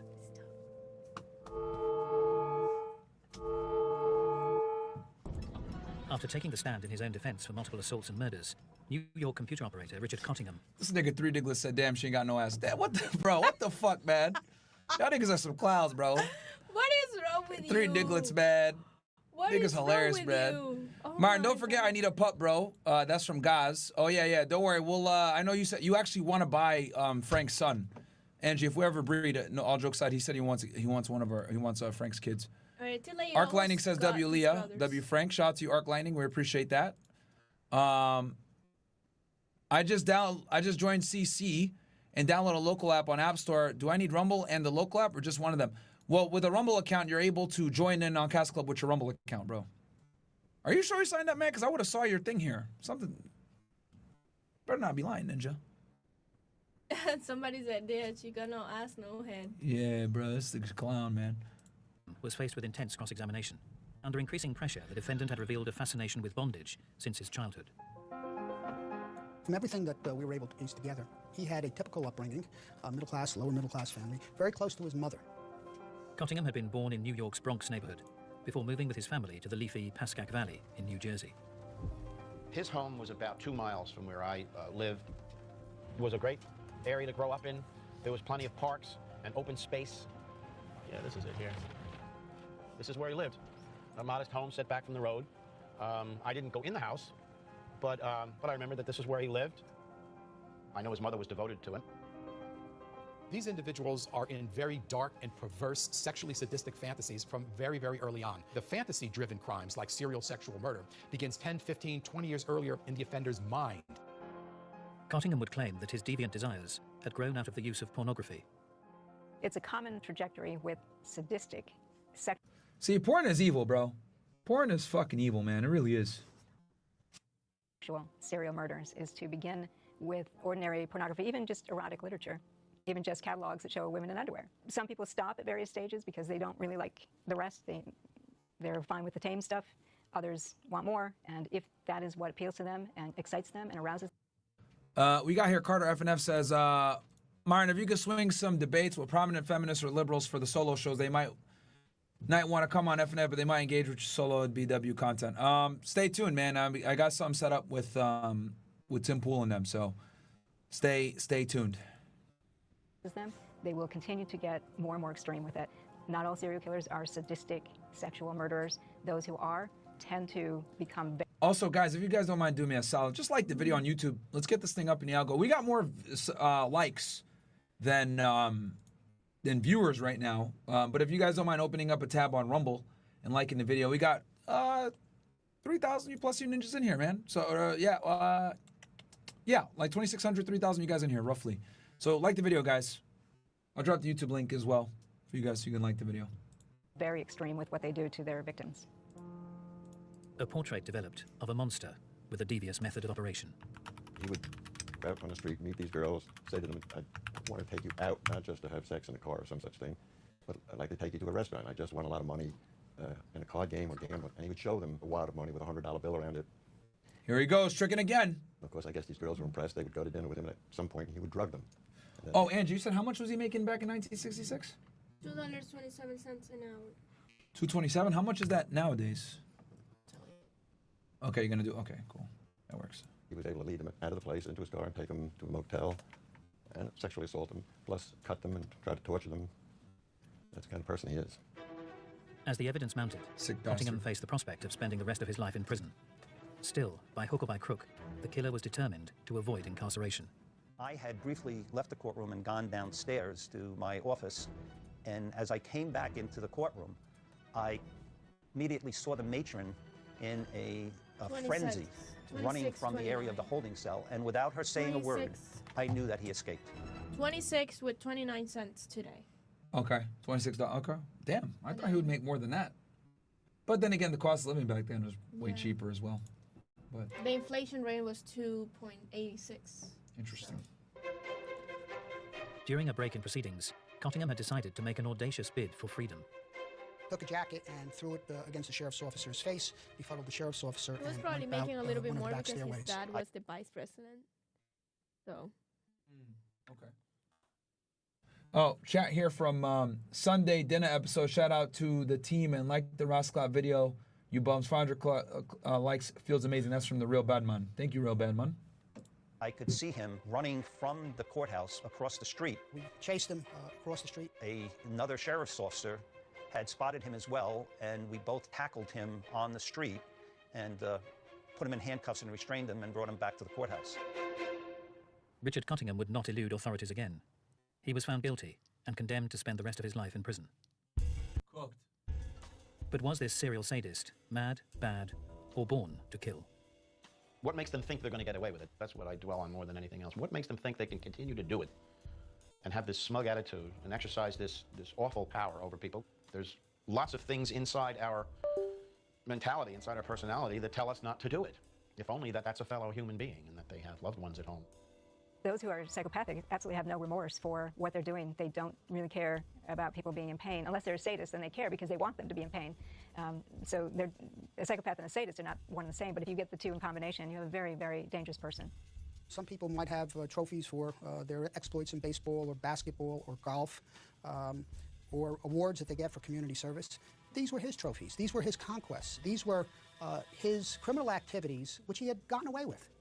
And these were his trophies of how intelligent he was, how charming he was, and how smarter than everyone else he was. Cottingham is pretty much a very classic serial sexual murderer. The best way to understand serial sexual murder is to view it as a deviant sexual arousal pattern, where sex and aggression become fused and the aggressive act itself is eroticized, whether it's choking or cutting or stabbing. In regular sexual intercourse in normal conditions, there is some level of pain inflicted and received, and there's some level of biting and these sorts of things. In serial sexual murder, those particular behaviors are exaggerated enormously and really take a life on of their own. I think there is something in their genetic makeup. I think it is a twisted mind that associates sex with harm, hurt, injury, and death. I think someone... And they rationalize their behavior, too, which makes it even crazier. Who's a psychopath already starts going after hookers like, oh, these are sexual degenerates. I'm doing well for society. They say stupid shit like that. at a disadvantage as he then gets exposed to things that lure him into wanting power over other people, and in particular being a sadistic type of person. The idea of being born to kill comes pretty close to him. In 2010, the incarcerated Cottingham admitted to the murder by strangling of 29-year-old mother of two, Nancy Vogel, in 1967, when he was just 20 years old. And Cottingham is suspected of several other possible slayings. One thing is for certain: for those that met him and were lucky enough to survive, Richard Cottingham, torturer, murderer, mutilator, will never be forgotten. He was far different than people that I met, and I met some people from all kinds of bad backgrounds or bad situations.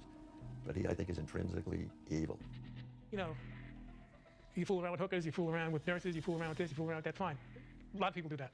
Nobody kills people, nobody decapitates people, nobody rips people's hands off. I think he's a sick son of a bitch.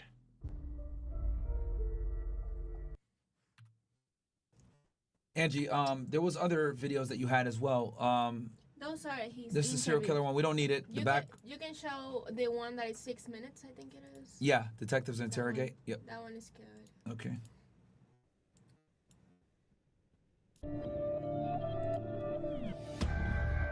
Richard Cottingham is a control freak and a master manipulator.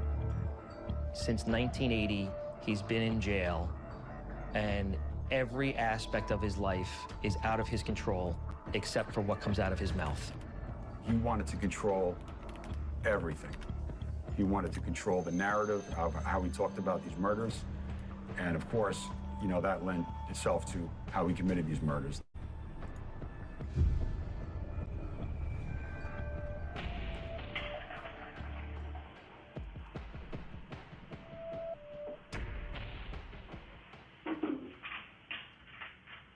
These murders were all about. Look how fat he got, man. That sexual Show you, he status. looks like Santa Claus. That Yeah, he is looks like Santa controlling Claus these now. women, For real. these young girls. And he would torture them, he would control them, and ultimately kill them. Santa Claus, if you like Richard always refused to tell me when his first homicide occurred. He never wanted me to know that timeline of when he started to kill.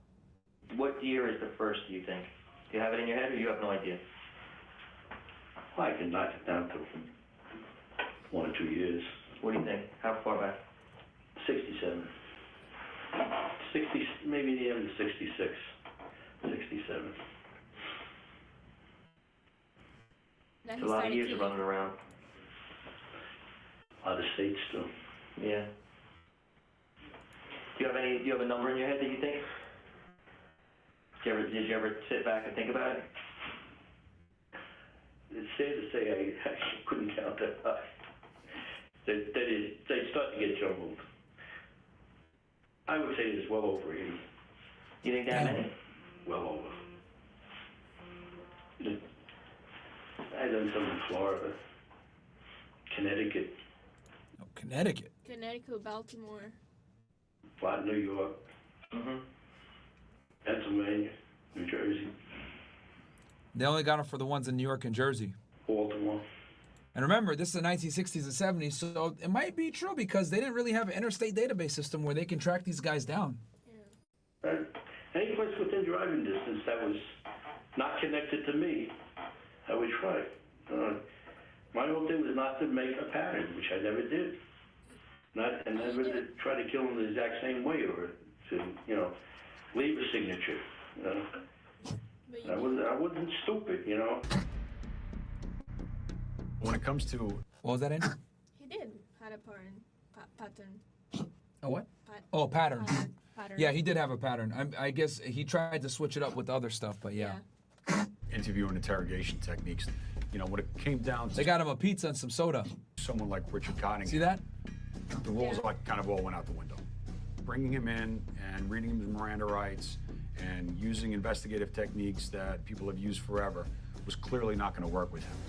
Had I thought he was only responsible for one homicide, ordinarily I would go after the killer about every facet of the crime. In his instance, I felt like that would backfire on our long-term relationship that I was trying to cultivate. We would need to take a different approach with him, kind of go off the cuff a little bit. That was the thing with me. I wasn't a serial killer. No, You just told me you think you killed over 8. That fits the definition pretty well. No, it doesn't. But I know what you say, because you've told me in the past. There's been many more that you let go. Hundreds. Yeah. In other words, I didn't go out to kill somebody. Most anyone I killed was when I would be somehow connected to them, and I didn't want to get caught. It was more than just not getting caught. I was just thinking about myself. What do you mean connected? Meaning like somebody might have seen her get in the car, or... Yeah, like in the Bergen Mall. You know, I walked around the mall.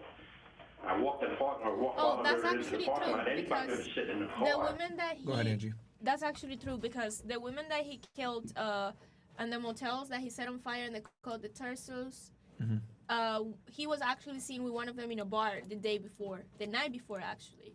And that's why he did it. Like, that's why he could hit their heads off and hands off. Oh, okay. So he wouldn't get caught with the evidence. So one of the girls, he like legit thought he was gonna get cooked. Yeah, it was one of the prostitutes. He went on a date with her on a bar. The night before he went to the motel, and he was seen with her. So that's why he chopped their heads off. Gotcha. Okay. To me, in my mind, I don't know if anybody's seen me.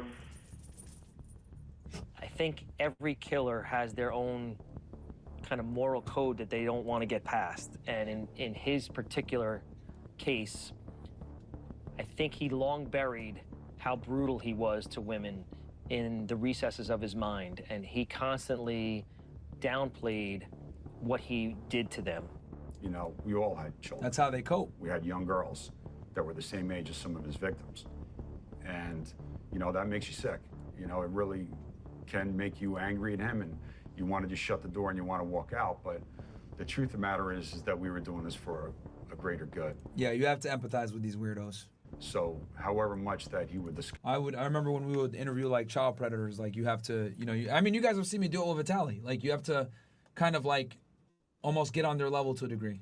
Just us, we would go back and continue and just keep that dialogue going. Like I tell you, one time in Atlantic City, I met a girl in resorts. She went with me, and I brought her back up here. In my mind, hey, I could be on a camera down there or whatever. So those were the ones I couldn't leave. But if the girl wasn't dangerous to me, I never went out to kill. That's why I didn't. Look at that. That's fucking coping. Oh, I never went out to kill. Yeah, okay, buddy. But again, this is what they have to do when they tell themselves this. And keep in mind, he's been in prison. He's been telling himself this shit for years. Yeah. Right? To help him go to sleep. And, because at the end of the day, when you do this evil shit, like, it haunts you, right? To some degree. So they go ahead and cope. But if you think of it, he's an actual serial killer. And he has no remorse. Like, you can see, he has no remorse for the killings that he made. He's actually just trying to justify himself. Yeah. In his own head. Exactly.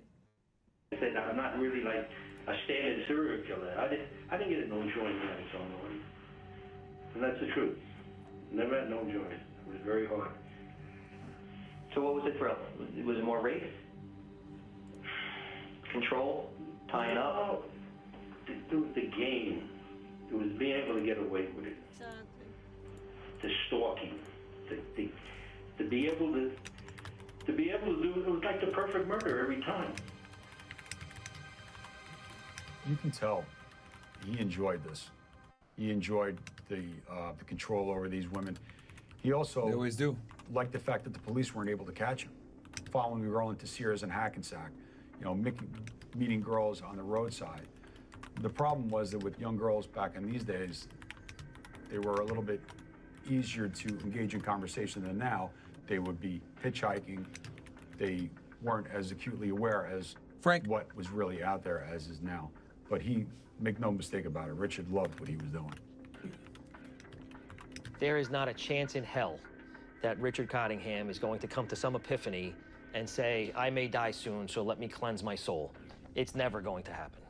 The only time Richard confesses is when there's something in it for Richard.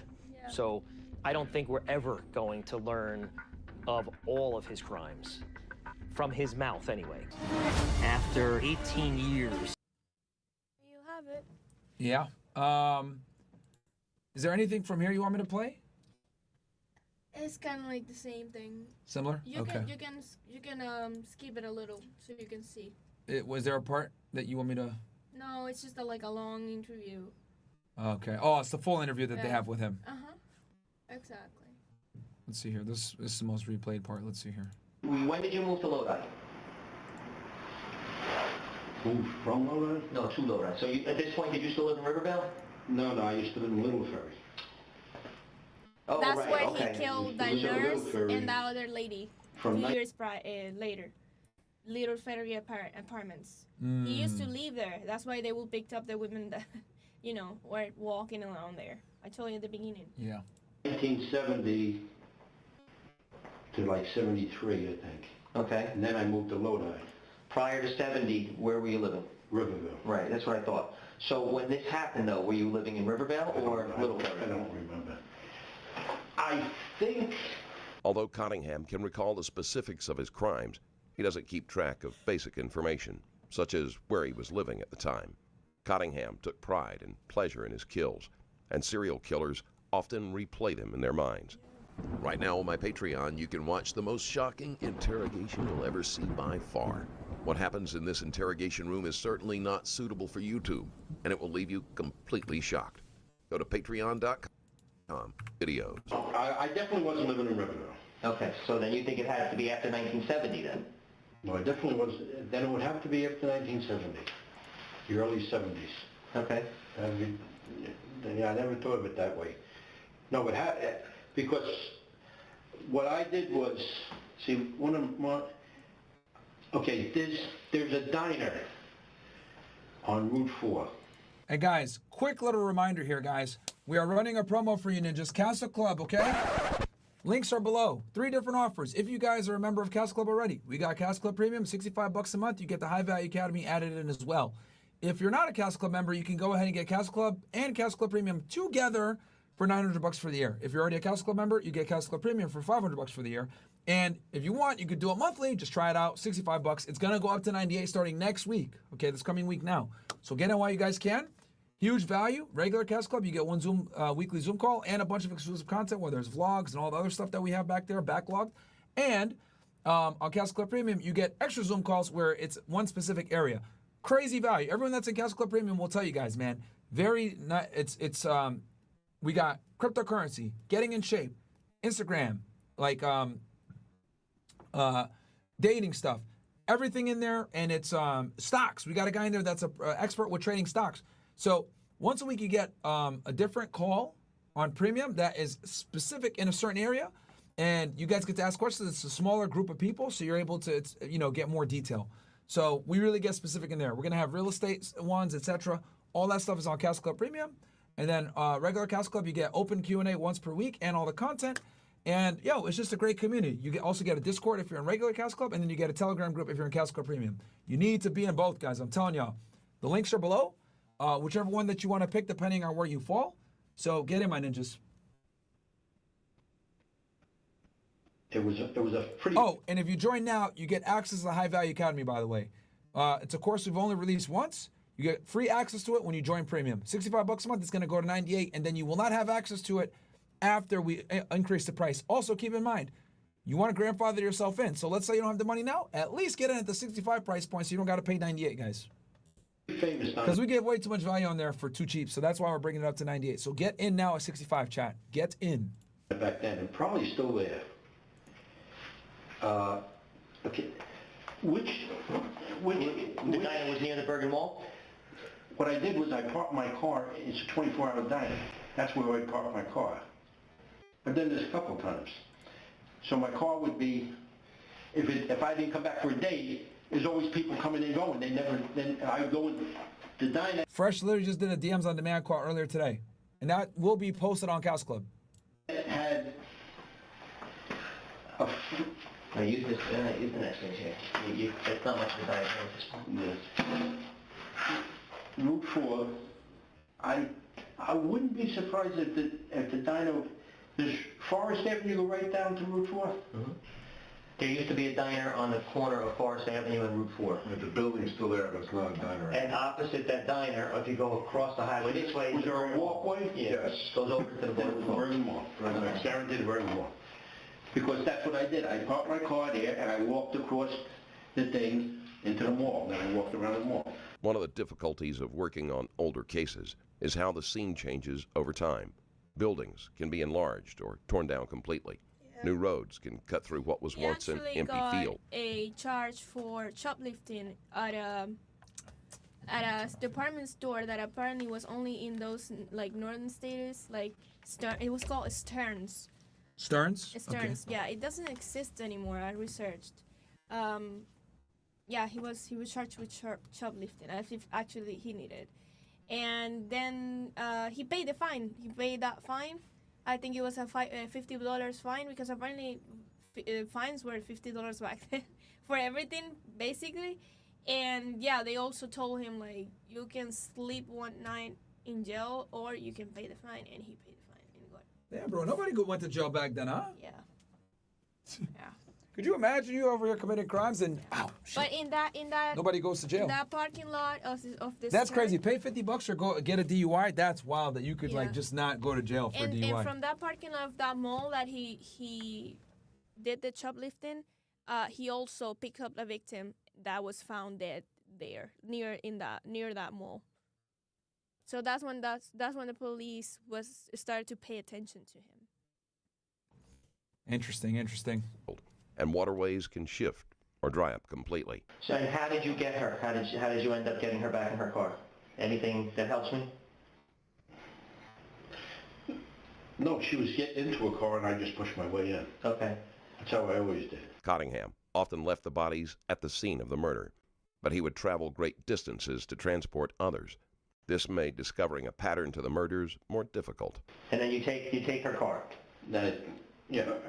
I pushed my way in, I handcuffed her, I tied her up, and then we just drove up the mafia. Okay, so then once you're up this way, and you're solid, you're rock solid, this is Montville? I'm rock, okay, the only thing I can say, I'm rock solid about this whole thing, and 90% sure that's the intersection. I can't believe there's any other intersection. But when we drove... You just drew like a little street going this way. There is a particular street that's still there where this comes up. As you go across Chestnut Ridge Road, there's a 45-degree angle going this way, and then the street continues up this way, going into Upper Saddle River and Route 17, going towards Route 17. Well, but I don't know if it was like that back then. I did that's the direction where my uncle lives. You know, it's at this intersection here. If I made a right turn, that's when we went down to where my uncle lived. Okay. About a mile down there. That's why I knew the area. That's why I'm 95%. That has to be the intersection. Okay. It's just that it looks so different now. I mean. But you're positive this is off of Chestnut Ridge Road, or off of the street where the Montvale ice skating rink was on. The Montvale ice rink was on Chestnut Ridge Road. Almost certain. Okay. You know. You're putting doubts in my head. No, I don't want to. I know you don't want it, but being a guy from Rivervale, I would think you would know when you were in Montvale. Some guy in a Rumble chat saying do a Talmud stream. Yeah, I would have to do it on fucking CastleClub, bro. There's no way I would do that shit on open internet. No, that's why I just want to be sure. No, not really. Okay. No, but like I said, I went to this place 20 times. Mm-hmm. But I always would come up here and then see, I could only go during the winter. That's another thing. It had to be a cold month because during the summer this was all corn. You couldn't drive over. Okay. So in the winter it was all cut down. you know, I'm not saying that it could have been fall, but I mean, it had to, not summer or anything when the corn was growing. And I always would come up and then just drive right across the field, turn around, and it's fine. You know, I might be over here one time, yeah, but it was always usually within 50 feet. It was almost, it was beautiful because I could command this whole view. And I could, you know, and there was no traffic. I mean, maybe a car would go by every 10 minutes. That's how little traffic was back then. It was all cornfield, all woods and cornfield. There was no, the only light was at this corner. There was a traffic signal there? There was a traffic signal. I think it used to just blink. I don't think it was a red and green. I think it was like a flashing yellow, like a flashing yellow or flashing red type thing. Okay. So they didn't have to actually come to a stop. Go back so I can research this a little better. You mentioned you stabbed her. Do you know for sure how many times you stabbed her or anything like that? One time. Okay. Right in the face. Oh, it was definitely in the face. Because she was screaming. I just panicked. Okay. I was just trying to shut her. Stabbing wasn't one of Cottingham's favorite methods. And just so you guys know, a lot of serial killers don't like to stab. Really messy, takes away the intimacy in their sick minds of being able to control the situation. The only serial killer I know that used to stab like that was obviously Jack the Ripper and Richard Ramirez, the Night Stalker. He killed people in all kinds of ways. He didn't really. He was a hard serial killer to track because he would attack anyone, kids, old people. He didn't give a shit.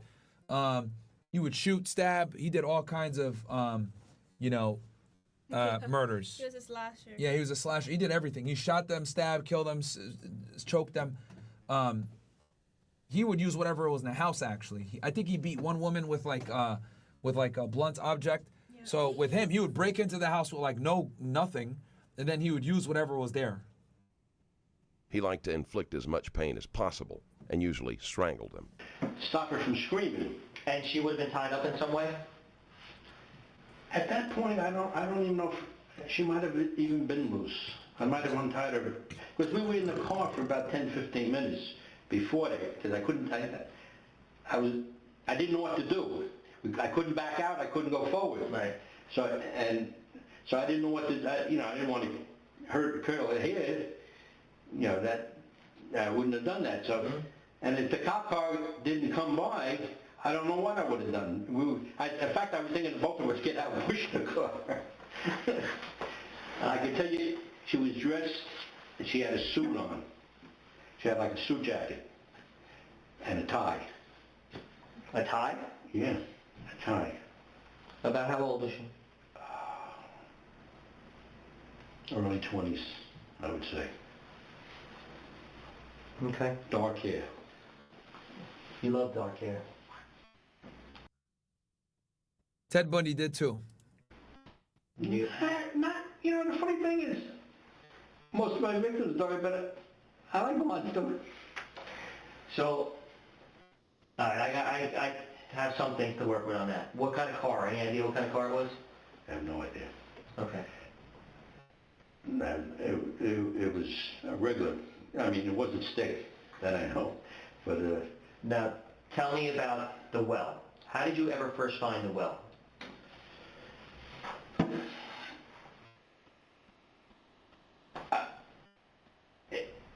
In the beginning, I wanted to find a place to drop the body. But see, I always like to drop them near the side of the street so I can be found easy. And most of them, sign over the thing.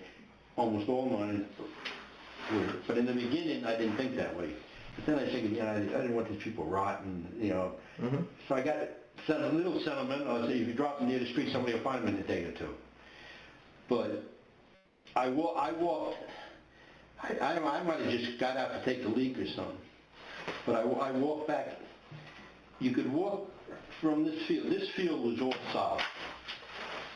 There was no water, no wood, no swamp. But when you walk back in here, after you got about 40, 50 feet, it turned to swamp. Where there's actually water, you couldn't actually walk dry. And I was walking back there to see if I could find a place to, hide a body. Were you by yourself when you first discovered it? Like you were just on like a scouting mission, or did you actually have a body in there that first time? Do you know? I had a body. Okay. And I had the first time I seen it, I didn't know what it was. That's what it was. I walked on it, and it was tin. It was like a galvanized round type, you know, like corrugated. Yeah, it was like I'd say 8 foot long, 10 foot long, 5 foot wide. So it was a big piece. Because I walked on it, I noticed it said ground no more, and it was like metal. But it was pitch black. I couldn't see what it was. I didn't have no flashlight. I never carried a flashlight or a light or anything. The next time I came back, I was earlier. It was only about 8 o'clock at night. It was still dark, but it was early. It was lighter, or the moon was out or something. So I went back to see what it was, and I seen it was a metal piece. So I moved it, and I couldn't see nothing. It was pitch black. Also, this interview was done June 19, 2014.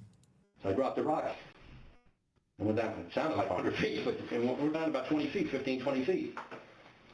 And I seen the side, it was like a well. It looked like, but not brick, like stone or old cinder block or something, like an old-time cistern or something that somebody covered up so nobody would fall in. And then I said, hey, this is a good spot.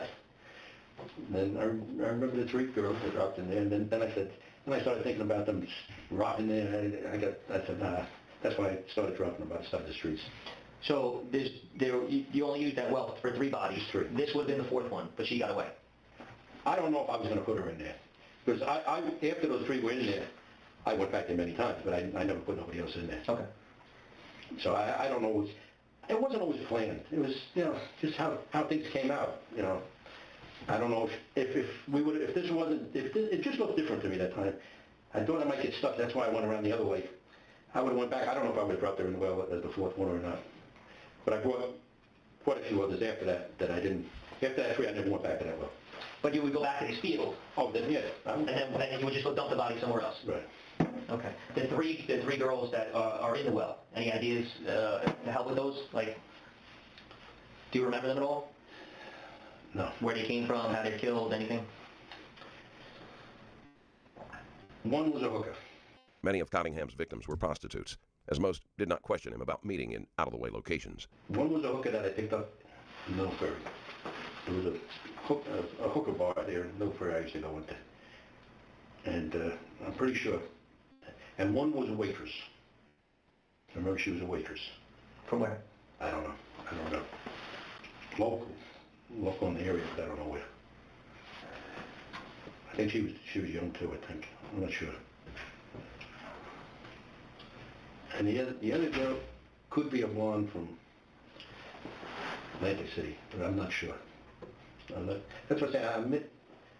I'm mixed up. Sometimes it was one after the other. Then sometimes for 6 months I didn't do it. You know.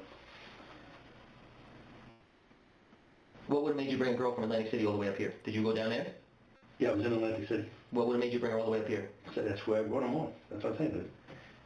Almost everyone was, not all of them, right? But almost everyone was. So let's assume for a minute that you killed a girl in this field. Forget the well for a minute. You kill a girl in this field. What would you do then? You just so you guys know, links are in the description right now, man, for what the offers we give for $8.99 for CC and locals, $4.97 for premium, right, in the High Value Academy, and obviously same thing with the $8.99 offer, and then $65 a month for just CC Premium if you're already in CastleClub Ninjas. Get in, man.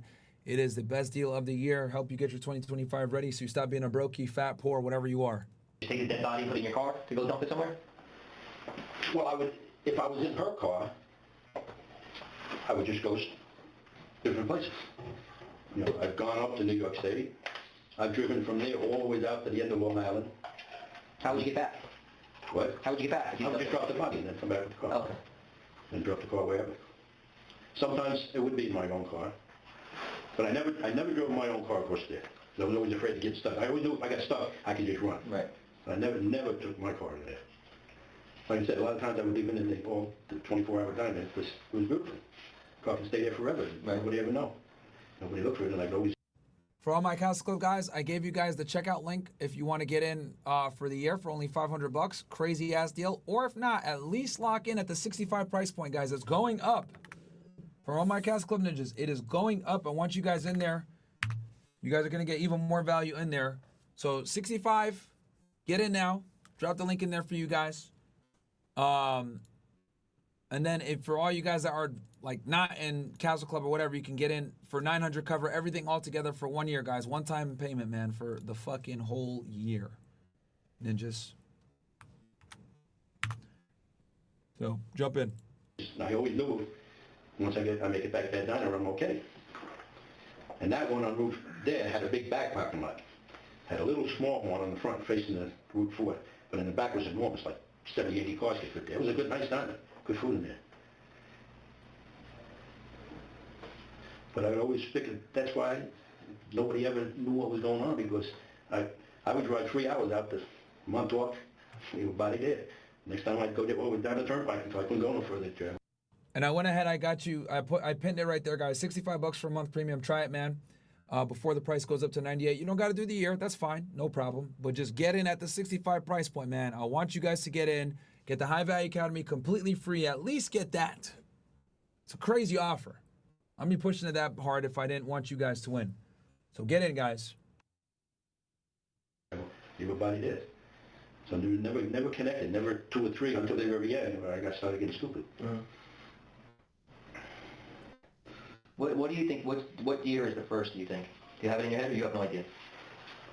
I can knock it down to 1 or 2 years.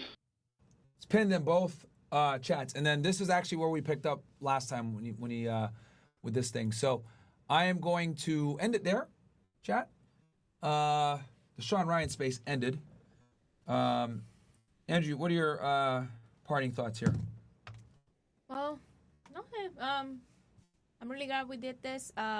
Make sure to follow Fair Reacts on Instagram. So when I post the question box, you guys can drop your cases, your case request, and yeah, we can take them into consideration with the next case that we might cover. All right. Yeah. And follow me on Twitter too. Yeah. It's so Angelica with 2 A's and a 2, number 2. There you go. That's my Twitter. And guys, I'm going to be streaming Monday through Friday. Monday through Friday is you guys. Let me show you guys the channel one more time. Hope you guys like the stream. Please like. Yes. And share it. Please like it, ninjas. This is the channel right here, guys. On. Oh, my bad. Let me move it over here. Well, actually, you know what? Yeah. Okay, so here it is, guys. Obviously, follow me on YouTube, X, Rumble, all the links. And make sure to follow me. Matter of fact, I should drop the links in here for you guys. Give me 1 sec. I will do that, actually. I'll drop them all in the chat, because I am not going to be streaming the night trains on YouTube anymore. Like, oh, sorry, I will be streaming them on YouTube. My bad. I meant to say I'm not going to be streaming them on the Fresh and Fit channel like that. So all of them are here. Let me go ahead and give you guys the links. I'm going to put it in the description for you guys as well, so that way you guys get notified when I go live. 5 p.m. all this week, chat. 5 p.m. all this week. Here are all the links. Here are all the links. Make sure to follow me on all those social media platforms. All the links. All right. And I'll go ahead and fix it in my description as well.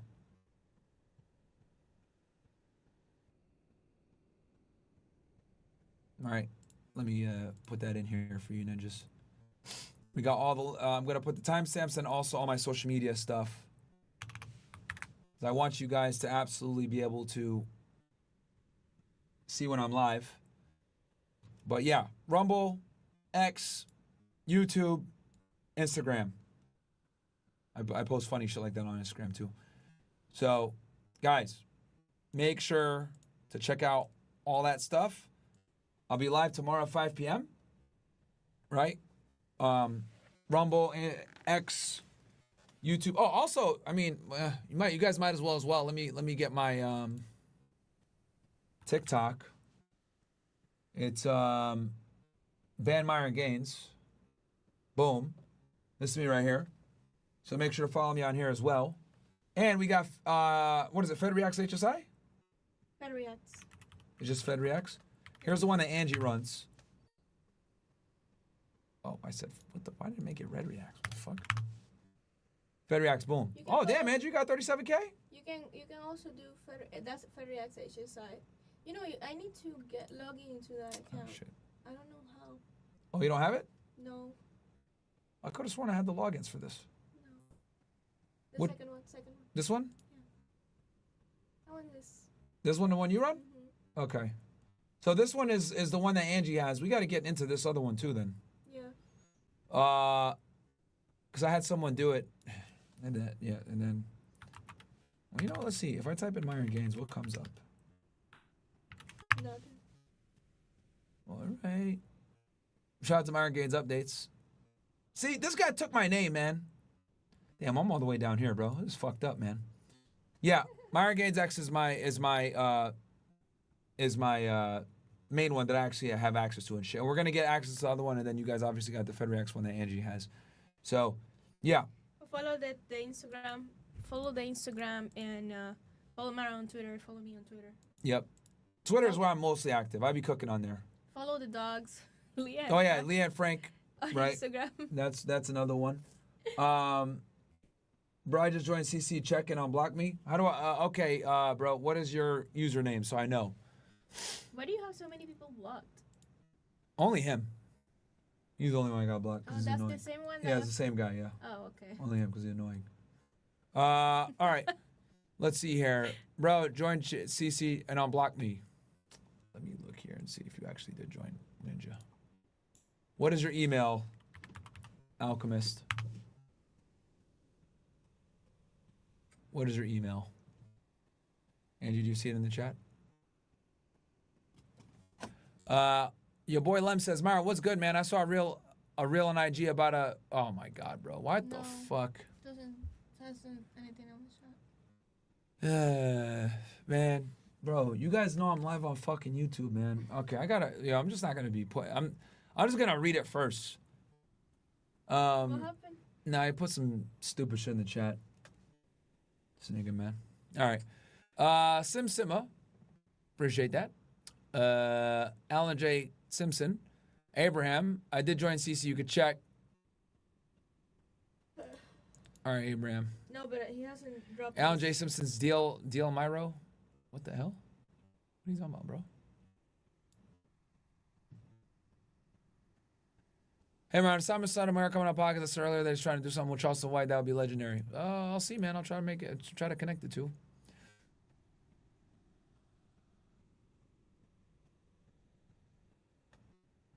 Oh, he dropped it. All right, let me look at this email here. Let me see.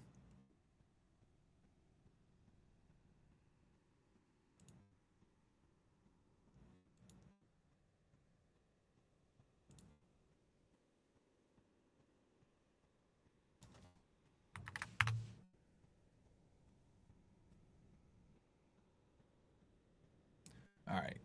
I see you in here, Ninja. All right, I'll unblock you. I gotta fucking figure this shit out real quick.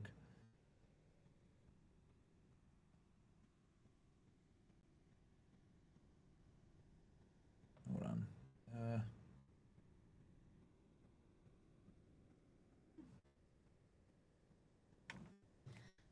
I gotta find you in this shit. Guys, Yeah, go ahead, Angie. I just really want to know if they like the vlogs. Because it's a lot of work. So just let us know if you actually like Here, the them. chats are up top. They'll tell you. Look, you see them on top? They'll tell you. Chat, what do you guys think about the vlogs? If you're, well, it's only the CastleClub Ninjas are going to know. All right. But yeah, look at the CastleClub chat, Angie. They'll tell you. It's in the middle. Myron, can you and Angie walk the dogs tonight? Yeah, I can. We can. I have to go soon, but we can. I'm going to start studying. All right, Alchemist, I unblocked you, bro. But yeah, I want to know if you like the vlogs so we can upload the next ones. Oh, yeah, because you got real estate school, right? Yeah. That's why. You I want to go start to sleep tomorrow early? morning, so I have to wake up early. Okay. Yeah, we'll walk the dogs for you, Ninjas. No We problem. can walk them just now. They wanted an IG on IG Live. We can do that. Yeah. Yeah, we can do that. Let's see here. Oh, And then, honestly, I hate that I have to say this, but let me just go ahead and address this real quick, right? So we got a lot of haters, right? Saying some stupid shit like, oh, Fresh and Fit is going to break up. Like all these fucking dumbass YouTube channels saying this shit. So let me. That's the headlines now? That's the headlines, yeah. It's fucking incredible. Like, yo, That's not gonna happen, guys. Let me be clear about this shit, right? Like, and I got a tweet here that I wrote this all out, right, explaining this shit. So let me go ahead and go through this shit with you ninjas real fast, right? Because this is ridiculous that I even have to fucking address this, but let me go ahead and do it real quick for you guys, right? So I'll address rumors of me and Fresh disbanding and ending the Fresh and Fit podcast. Haters have been saying we are done for years since 2021 when we lost 50K subscribers. You guys remember that shit, right? Remember that? When we lost all those subscribers and they said that we were down and out? Yeah, we bounced back and reached 1.5 million subscribers on YouTube in less than 3 years being creators. We had regular jobs, as you guys know. Me, I was a special agent with Homeland, right? And Fresh worked in tech. You guys already know this. This despite 50 plus different YouTube channels making hit pieces trying to destroy us. You guys remember back in 2021, August, all those YouTube channels making videos saying we're done, we're cooked, it's over. These guys came in and now they're gone, right? Fast forward fucking almost 4 years later, and we're still here. People say we're broke, yet we still generate 6 figures a month while being demonetized. One more time for you bitch ass niggas. Everyone says you guys are broke, you guys crashed out, you guys lost a bag, etc. How? We make just as much, if not more money than when we were monetized on YouTube. And you know what the funny part is? We're demonetized and we still make more money than our fucking haters. And that's not including my real estate money, by the way. FYI. That's just Fresh and Fit, what we generate off that. That doesn't count for coaching services, any of that other shit. So let me get this straight. Niggas want to sit here and say, oh, you guys are broke. Because all these people say this stupid shit. Oh, y'all are broke. You guys, they crashed out. They fumbled the bag. They fumbled the bag. But we still generate 6 figures every fucking month consistently. So who fumbled what? Realistically speaking, who fumbled what? I got my integrity. I can say what the fuck I want to say. And I'm not beholden to advertisers or sponsors. So if anything, I think it's a big fucking W because no one controls us. I can say whatever the fuck I want to say. Right? I'm not controlled. I'm not a bot. That's why I say the shit that I say. I have zero fear. So when people say this stupid shit, these niggas fumbled the bag. Did we really? Did we really? We still make millions a year. So fuck you. Or you bum ass haters making videos talking shit about us. We make more money than you niggas. We're more successful than you niggas. And that's not even me talking about my real estate money. So when people say this stupid shit, it annoys me because it's not fucking true. It's not true. They fumbled the bag. Shut the fuck up. The only thing getting fumbled is you and your fucking integrity and your fucking false news. Get the fuck out of here, man. Wrong. Complete fake news. They say all that stupid shit and we're still here. Now you guys want to know, oh, Myron, why do you do solo streams? So Fresh could be freed up to make connections and set up other guests. You guys know, we've never been like, Fresh has been transparent with you guys. Hey, he's trying to work on his speech, etc. But he's great behind the scenes with getting guests on his show and networking, making things happen, right? So why are everybody saying that Fresh and Fit is done, right? The reality is this, guys. Most YouTubers are fucking toxic, bro, and jealous. It burns people that we came into the game in October of 2020 and took over. It burns people that we were able to reach 1 million subscribers within 2 to 3 years. It burns people that we were the #1 super chatted channel in the United States of America for 2 years straight. It burns people that were wildly successful and were always able to stay relevant despite the times. It burns people that we're able to have guests on from a multitude of different backgrounds. We're able to talk on a multitude of different topics, whether it's politics, dating, current affairs, geopolitics, etc. We could talk about it. Fitness, networking, cars, everything. We literally are the most diversified fucking podcast on YouTube. And it pisses people off like Abba and fucking Preach, who are one-trick ponies that can't do shit else besides talk shit about other niggas. That's the reality. They can't make money unless they talk shit about other people. We don't have to make money talking shit about other people. We don't. We really don't. We help guys become better in a multitude of different ways. Making money, losing weight, buying real estate, investing into index funds, cryptocurrency, etc. I could die today. And I could tell y'all, I've changed so many men's lives and I've kept men from hurting themselves. And on top of that, I've helped men make money. I've actually turned a couple guys into millionaires. Have Anus and Reach done that? No. Have they helped anyone lose weight? No. And that's just like all the other fucking haters that follow along their lines because they make a hit piece and then 10 other YouTube channels that are unoriginal fucks say the same shit that them bitch ass niggas did. Why? Because we are always relevant, hence they must make videos on us to make AdSense. If YouTube if they get demonetized, cooked. We got demonetized almost 2 years ago, and we're still here, generating 6 figures a month. Sounds pretty fucking good to me. And we can say what the fuck we want to say. Niggas want to cry, you crashed out putting a hood on. Well, I can do it, can I? Can you do it? Oh, you can't. Oh, damn. Can you be critical of a certain place? Oh, damn. Can you use the racial slurs that I do? Oh, damn. Sucks, doesn't it?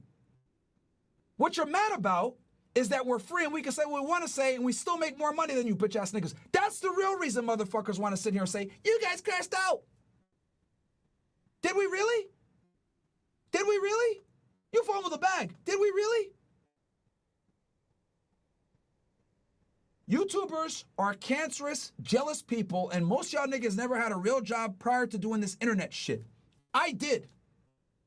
That's why it's such a foreign concept when I stand by my friends like the Tate brothers. That's why it's such a foreign concept when Fresh had all those bullshit accusations with Miss China Woman that I stood by him.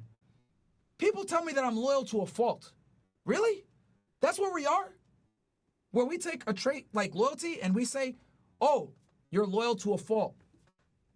That's the problem with these influencer niggas. Losers like Abba will come to your fucking house and then make a video talking shit about you after the fact. When you broke bread with him and you fucking ate and chatted up with him. That's why I was so annoyed, because I'm not cut from that cloth. It's a foreign, that's like a foreign behavior. And he should know better. He's from East Africa. He's from the same part of the world I am. Do some stupid shit like that. Show up to somebody's house, then you talk bad on them publicly on the internet? Nigga, what? That's a foreign concept. Now, did I react very angrily? Of course.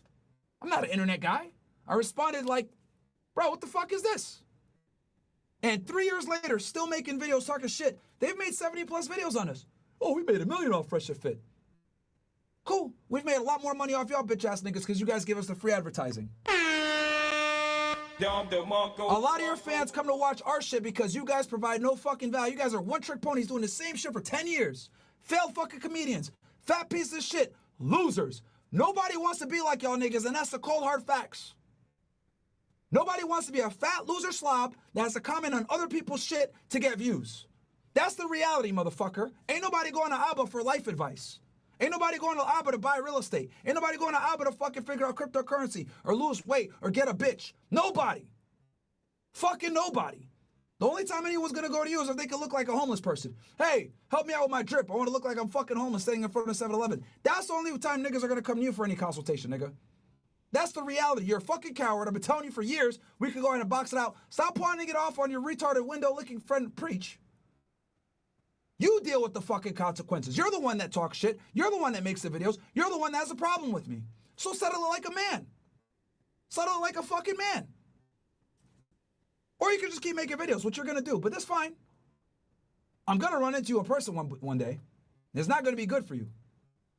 And I won't even have to lay a finger on you. I won't have to. I'm just going to ask you a simple question. What the fuck is your problem, man? And let's see how much you fucking bitch up, pussy. Because the reality is you're a coward. I know it, you know it. That's why you'll do everything besides respond to my boxing invitation.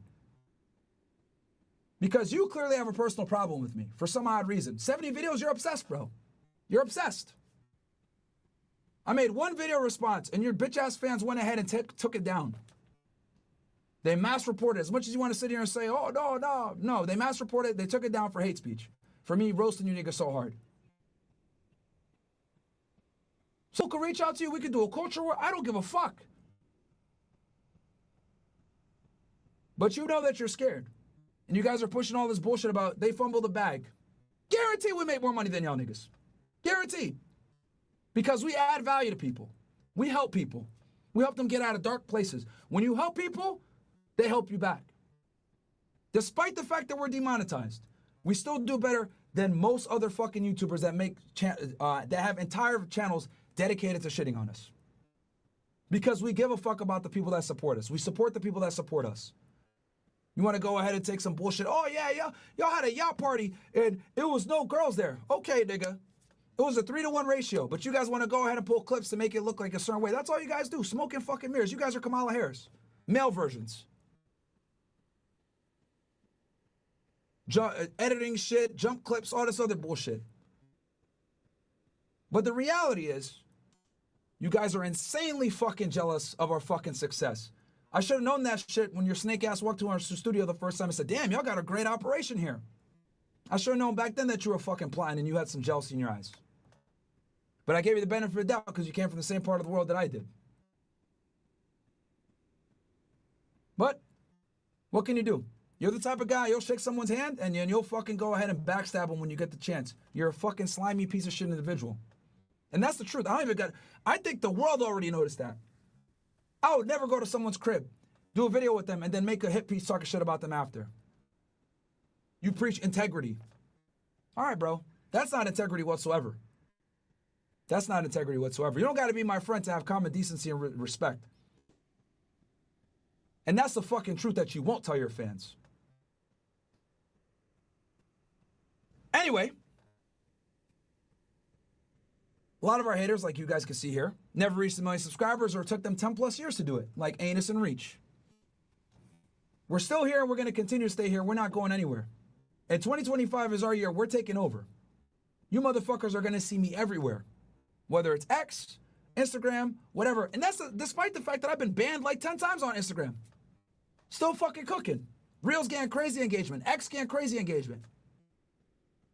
YouTube's going to go up too. We've been focusing on Rumble, but, you know, we're going to multi-stream on YouTube as well. It'll be a good time. So the real ones know the real story. That freak out that I had, that wasn't off no other shit. Again, to me, if I shake your hand, I meet you in person, I go to your fucking house, you buy me food, we have a good conversation, etc., and then you fucking come and snake me like that? Could have I reacted a little bit better? Sure. But we're new to the internet, right? I think I reacted like anyone would if they got betrayed so heavily, right? That didn't have like internet, how do I say this? Internet customs, right? How to behave on the internet. You gotta, you know, you can't be too emotional, all this other shit. Cool. It was our first year on fucking YouTube, man. It is what it is. Made a mistake. But that was some snake shit.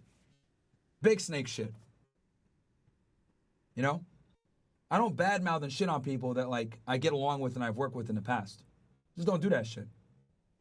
Hell, even Destiny gave me a credit for that. So I'm one of the most loyal people he's ever met. Because I'm the same person on and off camera. Something that's fucking missing nowadays. Honestly. Fucking missing. But anyway, with that said, guys, it's amazing I even have to fucking address this shit. But yeah, Fresh&Fit ain't going nowhere. We're not disbanding. The only reason you guys are seeing me do these fucking solo streams, like I said before, is to free Fresh up to do shit. He was in Jamaica making moves. Interviews coming soon. You guys really think that after all the bullshit that me and Fresh been through, false allegations, girls lying about being pregnant, fucking people showing up to the studio, people starting problems, the drama that we have, losing 50,000 subscribers, getting demonetized. You guys really think that we're gonna fucking break up? Really? It's fucking comedy, man. We've been through way fucking worse. Way fucking worse. It's just that these bum ass niggas, it's the first of the year, and they need to get some goddamn views. And the number one way to get views is to talk about Fresh&Fit. Make a video saying Fresh&Fit fell off. Make a video saying Fresh&Fit is failing. Make a video saying Fresh&Fit is broke. When we're still generating six figures every single month and we make more money now than we did when we were monetized on YouTube. Could you niggas imagine if we were monetized on YouTube? Oh, Lord. I'd be really fucking shitting on you assholes. About to do a commercial deal right now. And I'm going to break it down with you guys of how I did it because I've been transparent with my shit. But when I see these idiots say this dumb shit about they dropped the bag and all this other shit, they fumble the bag knowing that we're doing well financially, it's fucking irritating and it's annoying and it's a goddamn fucking lie. They want us to fail so fucking bad, bro. It's crazy. I open up YouTube, there's a new nigga with 100 or 200 subscribers making a video on us. And then it gets 10K views. So it's very obvious. It's very fucking obvious. As much as people might say we fell off, if we fell off, why are you niggas talking about us all the time? If we fell off. You don't make videos on people that aren't relevant. That's YouTube 101. You make videos on people that are relevant, that are trending, so you can get views, because people want to see that shit.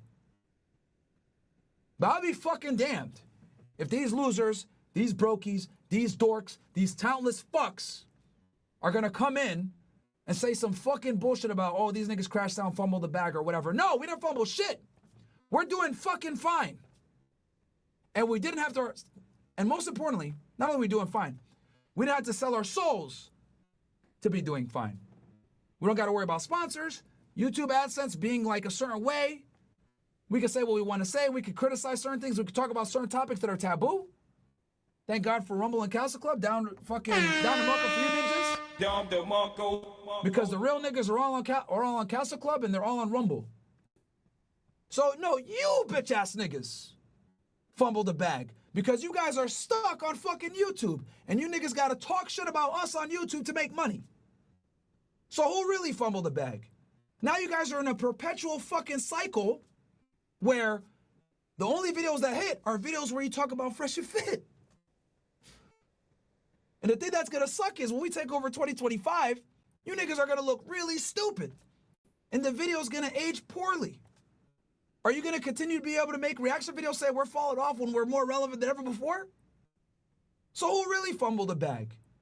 The motherfuckers that aren't necessarily dependent on someone else's failure or a censorship pro platform? Or the guys can say whatever the fuck they want to say and are still on all the platforms. Cool, yeah, we're demonetized on YouTube. It sucks, yeah. We're still doing pretty damn good. Thank God for Rumble. Thank God for CastleClub. Thank God for us adding value. We could bet on ourselves and say what we want to say. We're not fucking prisoners. And if we ever get monetized again, oh, Lord, I'm going to talk so much fucking shit to you dickheads, you guys are going to want to turn YouTube off. I'm going to talk so much fucking shit to you losers if I ever get monetized. You niggas better pray I don't get remonetized. Because then you guys are really fucking cooked. You guys are really fucking cooked. Myron's unhinged. He's a racist. Well, it's going to be worse. Be on some Ric Flair shit, motherfuckers. Woo! Niggas are going to hate me because I'm already taking over everywhere. You guys can't miss me on Twitter. Instagram, going hard. Posting 4 or 5 reels a day. Getting crazy engagement. We're growing like 1,000 fucking followers a day almost on Instagram, despite being banned 10 different fucking times. I will not fucking lose. That's what you niggas don't understand. You think two losers in Canada, fat pieces of shit that got no real skills or talent, aren't even funny? You think them niggas are gonna hold me back from success? You must fuck. You guys got another thing fucking coming, bro. Nothing coming. I will not fucking lose. I will die before these motherfuckers try to sit here and disband Fresh and Fit or we quit YouTube or some shit like that. No. Fuck no. And honestly, all you guys have done have just motivated me to prove you motherfuckers wrong even more. I'm going to make all of you eat your fucking words. Don't bet against me. Ever in your fucking life, don't bet against me. Because I don't drink alcohol. I don't party. I can sit here all fucking day and stream. I am fucking crazy. You guys don't know this.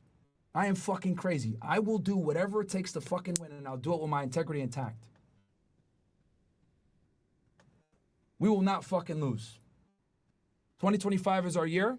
We're here to stay. I'll be back tomorrow, 5 p.m. Eastern Standard Time. To all the haters that talk all this shit saying we're going to disband whatever, I'm going to make you motherfuckers eat those words. I promise y'all. You guys are going to look very stupid. Love you guys. I'll catch you guys on the next one. 5 p.m. tomorrow. Myron Gaines X on all platforms. Love you, ninjas. Peace.